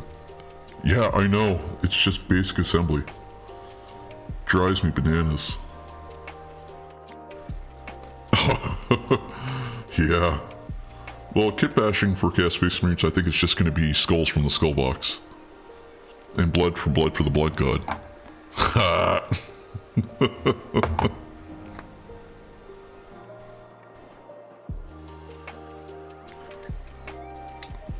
Nice thing about the sculpts for Age of Sigmar 2 is that they try to keep their sprue lines up inside of, like, where the cloak has, like, fur.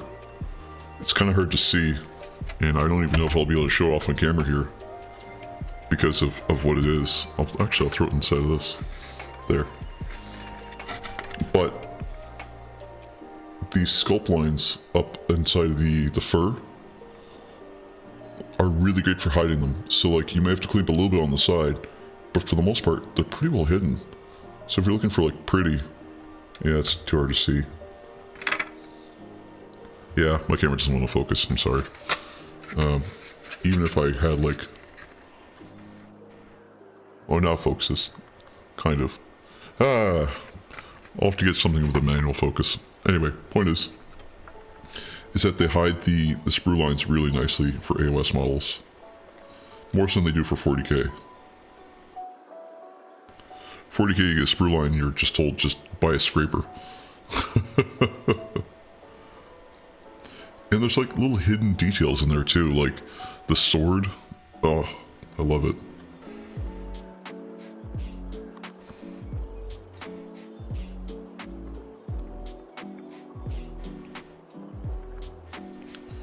It's to a point where you almost don't need to do a lot of cleanup.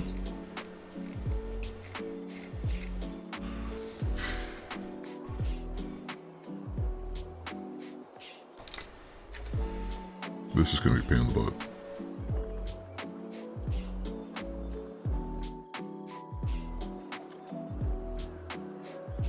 For 40k you have to sprue lines in the most inconvenient place possible. I know!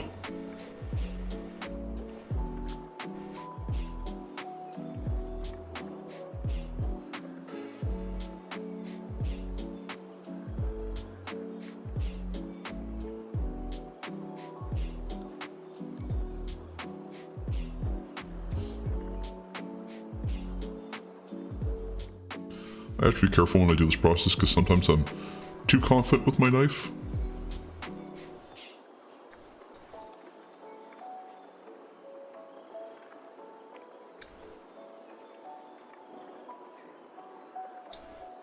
Now I like this tool. This is by God Hand, and it's just a sprue line remover, but the thing I like about it is that this rounded lip really helps things stay rounded.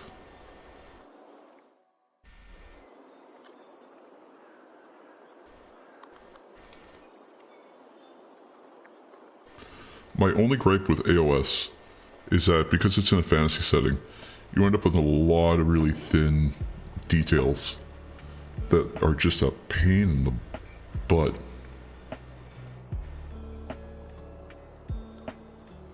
Just drives me fucking wild.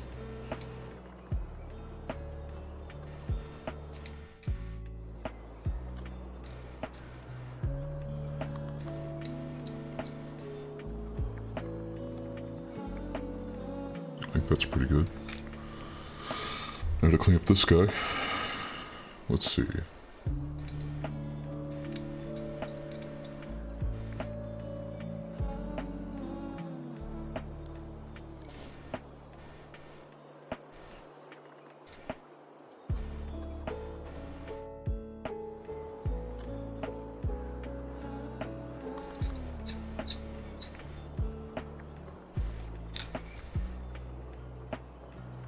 Oh, that head's gonna be a pain in the ass. He's got a sprue line all on the side of his helmet and his horn. The horn's not so bad. I can clean that up pretty easily.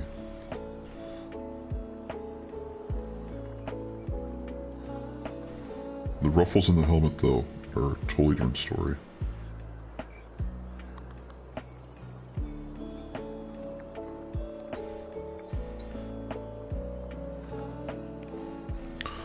I bought lately like a hand automatic drill file. Gonna try it for the cleaning. I bought one off of AliExpress and I was like, oh, it's a file, and it doesn't work. Brand new battery, couldn't get it to work. I even thought about using like my what do you call it here? My Dremel. Fine cleaning? Oh yeah. I bought my Dremel, a long time ago. But I bought polishing brushes for it lately. Because polishing gets you that like mirror finish. It also helps you get like really shiny, what do you call it there? Really shiny like plastic. So it makes it really nice. Oh yeah. So yeah, you've got a Dremel then. Nice. It helps with like getting really good paint adherence when it's like almost perfect as it is. Yeah, Dremel. I guess it's the American name is Dremel, but the generic name is like rotary tool thing.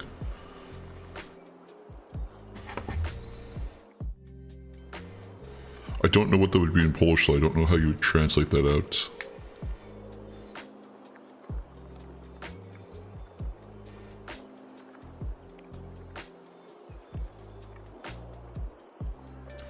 Rotary sanding tool, maybe?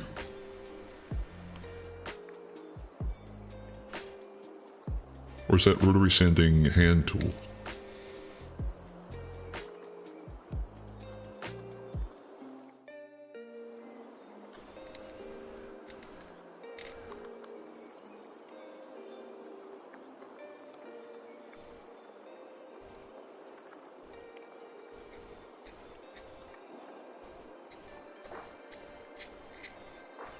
It'd be automatic hand drill. Ah, okay.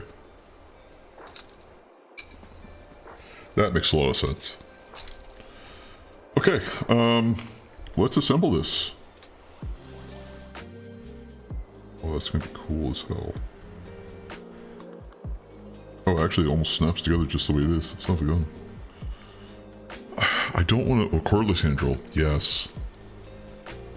Uh-oh, did I lose a piece? I have 1, 2, 3, 4, 5 pieces and a head. And a head. Okay, I didn't scrape the other side of the head. That's what I was missing.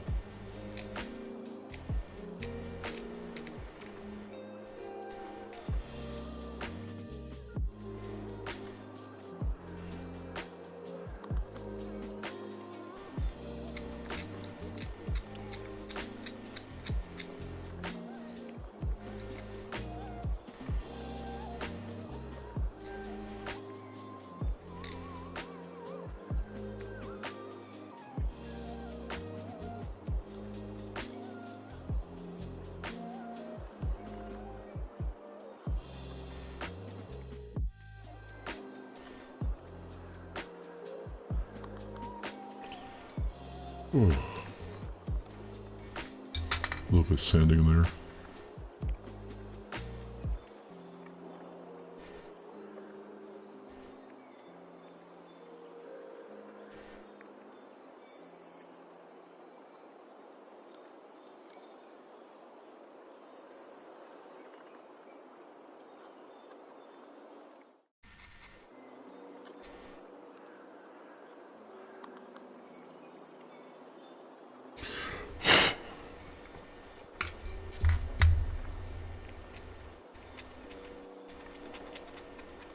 Just to clean this up. Just to clean this up. Okay. Now we glue.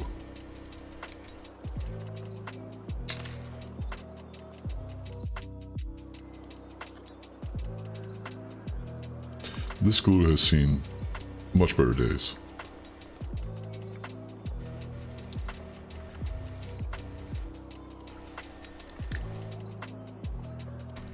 Make sure I get some coming out. Okay, I got a little... Okay, first things first is I need to glue the front to the back. So I'm just going to trace along just the line here on the inside and let it kind of flow. It's sitting all around this part here.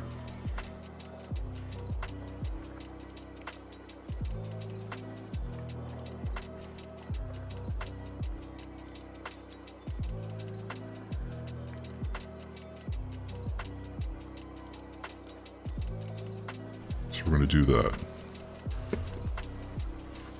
Should check out Tamiya Extra Thin Cement. You wouldn't have to deal with this metal pipe clogging. I have some actually on my shelf. It's not Tamiya, it's sorry, I lied. It's not Tamiya. It is Mr. Hobby Extra Thin. And I do use that every now and then because it's nice to just like quick seal things.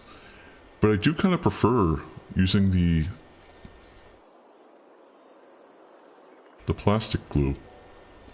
I just find it bonds a lot better. At least in my opinion. Why is there a little crevice here? There's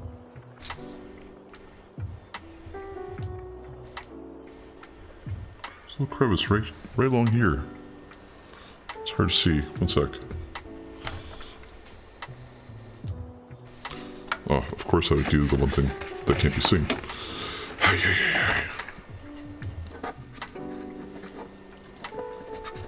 So there's a little crevice that showed up right there as part of my glowing here. I've got some green stuff. Maybe I'll throw that in there and then, you know, sand it down afterwards. Yeah, I think that's what I'll do. Isn't it the same, to be honest? Yeah, I mean, basically it is. I have a hard time getting a lot of Tamiya stuff in Canada now because they put a ban on a lot of the solvents, which I think is insane, but they did.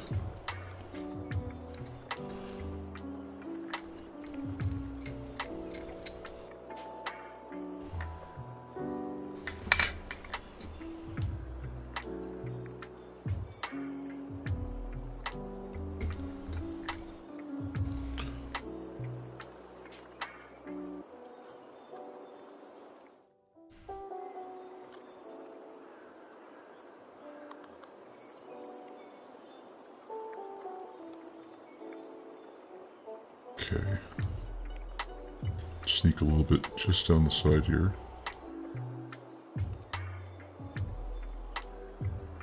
Push it into place. There.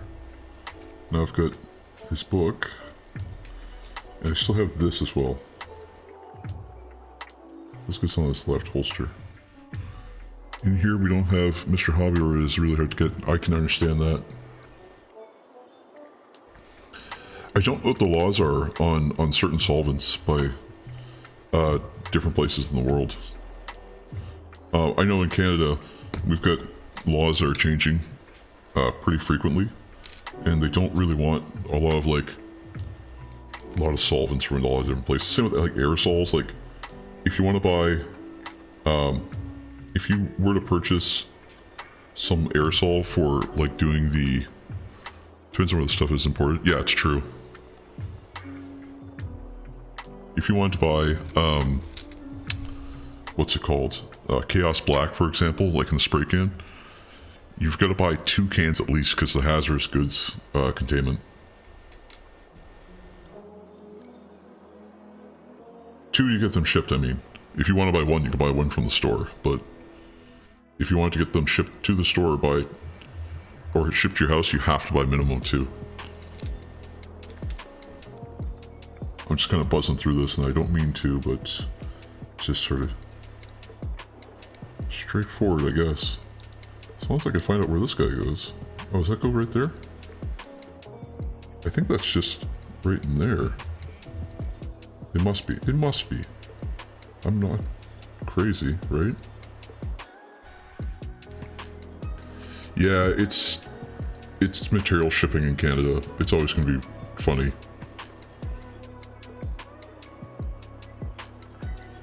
Okay, this is weirding me out. I've got... Oh, okay. Oh, okay, I get you. Okay.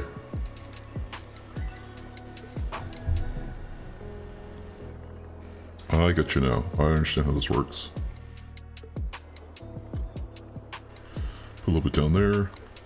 Use my finger. Promptly glue my finger to everything. And then this goes just...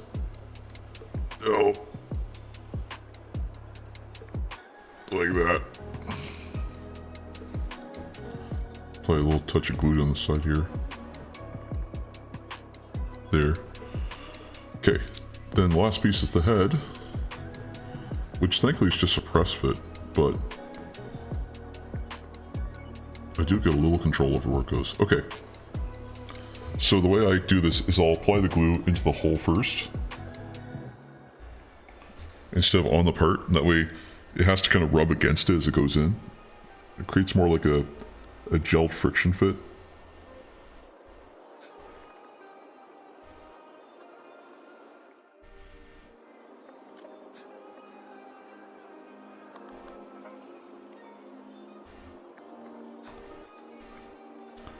He looks so mean. I love it. Okay, last thing to do is the feet.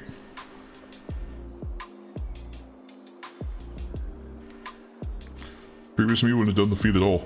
I would have just kept it the way it was and then painted it and then put it on. But now, of course, basing too. But I can always base this later. Like, that's the funny thing about basing is that basing looks like it's done early, but in a lot of times it's done pretty late. Okay, perfect. I think that looks pretty good. Whew. Clean up this line a little bit here, up here.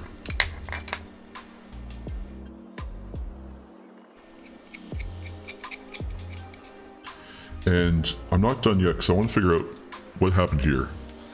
Or not figure it out, but more or less clean it up and fix it. So I'm going to get my liquid green stuff out.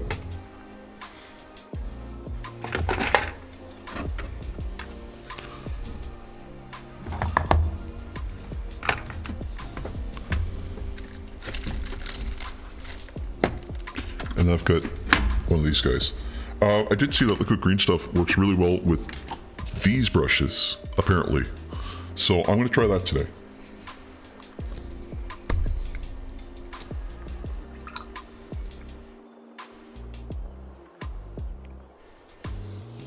Grab just a little bit and then gently just work it in, I guess.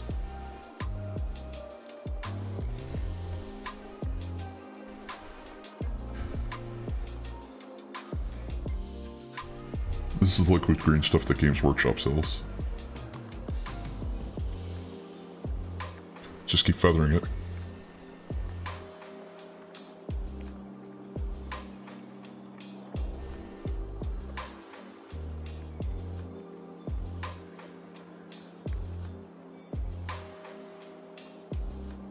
I think this stuff works just like paint. I don't know, but I'm going to try.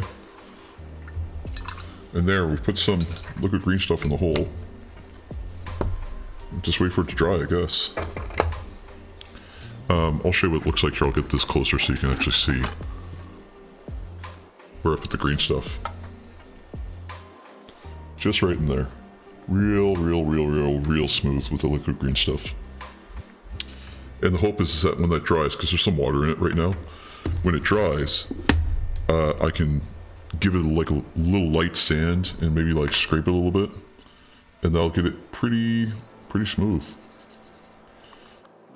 Oh, what a stream. This has been great. You know, I've gotten a lot done here. We got a lot done, I should say, rather than just me. We did. Because we got through a brand new model. Got it assembled at least. I'm going to prime it after stream here. But we got Nexus Chaotica. I'm going to bring it out again. Look at this thing. That looks amazing, dude. We got through that. And I learned about a couple new things. Trench Crusade was a big one because I forgot about that. But it was great. It definitely was. I appreciate it. Appreciate the company for sure, because it definitely makes this process go a lot nicer. I learned about Conflict 47, and I'm super excited by those models. I'm super hyped. I'm definitely put that on my wish list to get one of those guys, because that spider tank just looks so badass. Like, I love the way it looks. And I've got a soft spot for, like, Soviet era looking, like, electronics and metal. Especially because, like, the old streaking and the way that the rust looks is just, oh. It's so cool. It's so cool looking. Yeah. And, I mean, like, overall, man, this is a great stream. I really appreciate the company, like I said. And I look forward to the next one. Tomorrow, I'm streaming again tomorrow. Tomorrow's going to be the planning day. It's where we start thinking about the next week or two and the next month or so. And this guy should be primed by then. So we'll be able to sit down and work on that one together. I think this one's going to be corner aligned like the other ones. Oh, and I'll bring up my Slaves of Darkness next time too, so you can actually see what they look like and what theme I'm going for, and then we can just stay consistent with that. I hope you bring your model next time, and I hope you're able to sit down and get some painting done with me, because we are going to have a fantastic time getting some stuff done. This is a great way for me to work through my burnout. I hope it's a good one for you.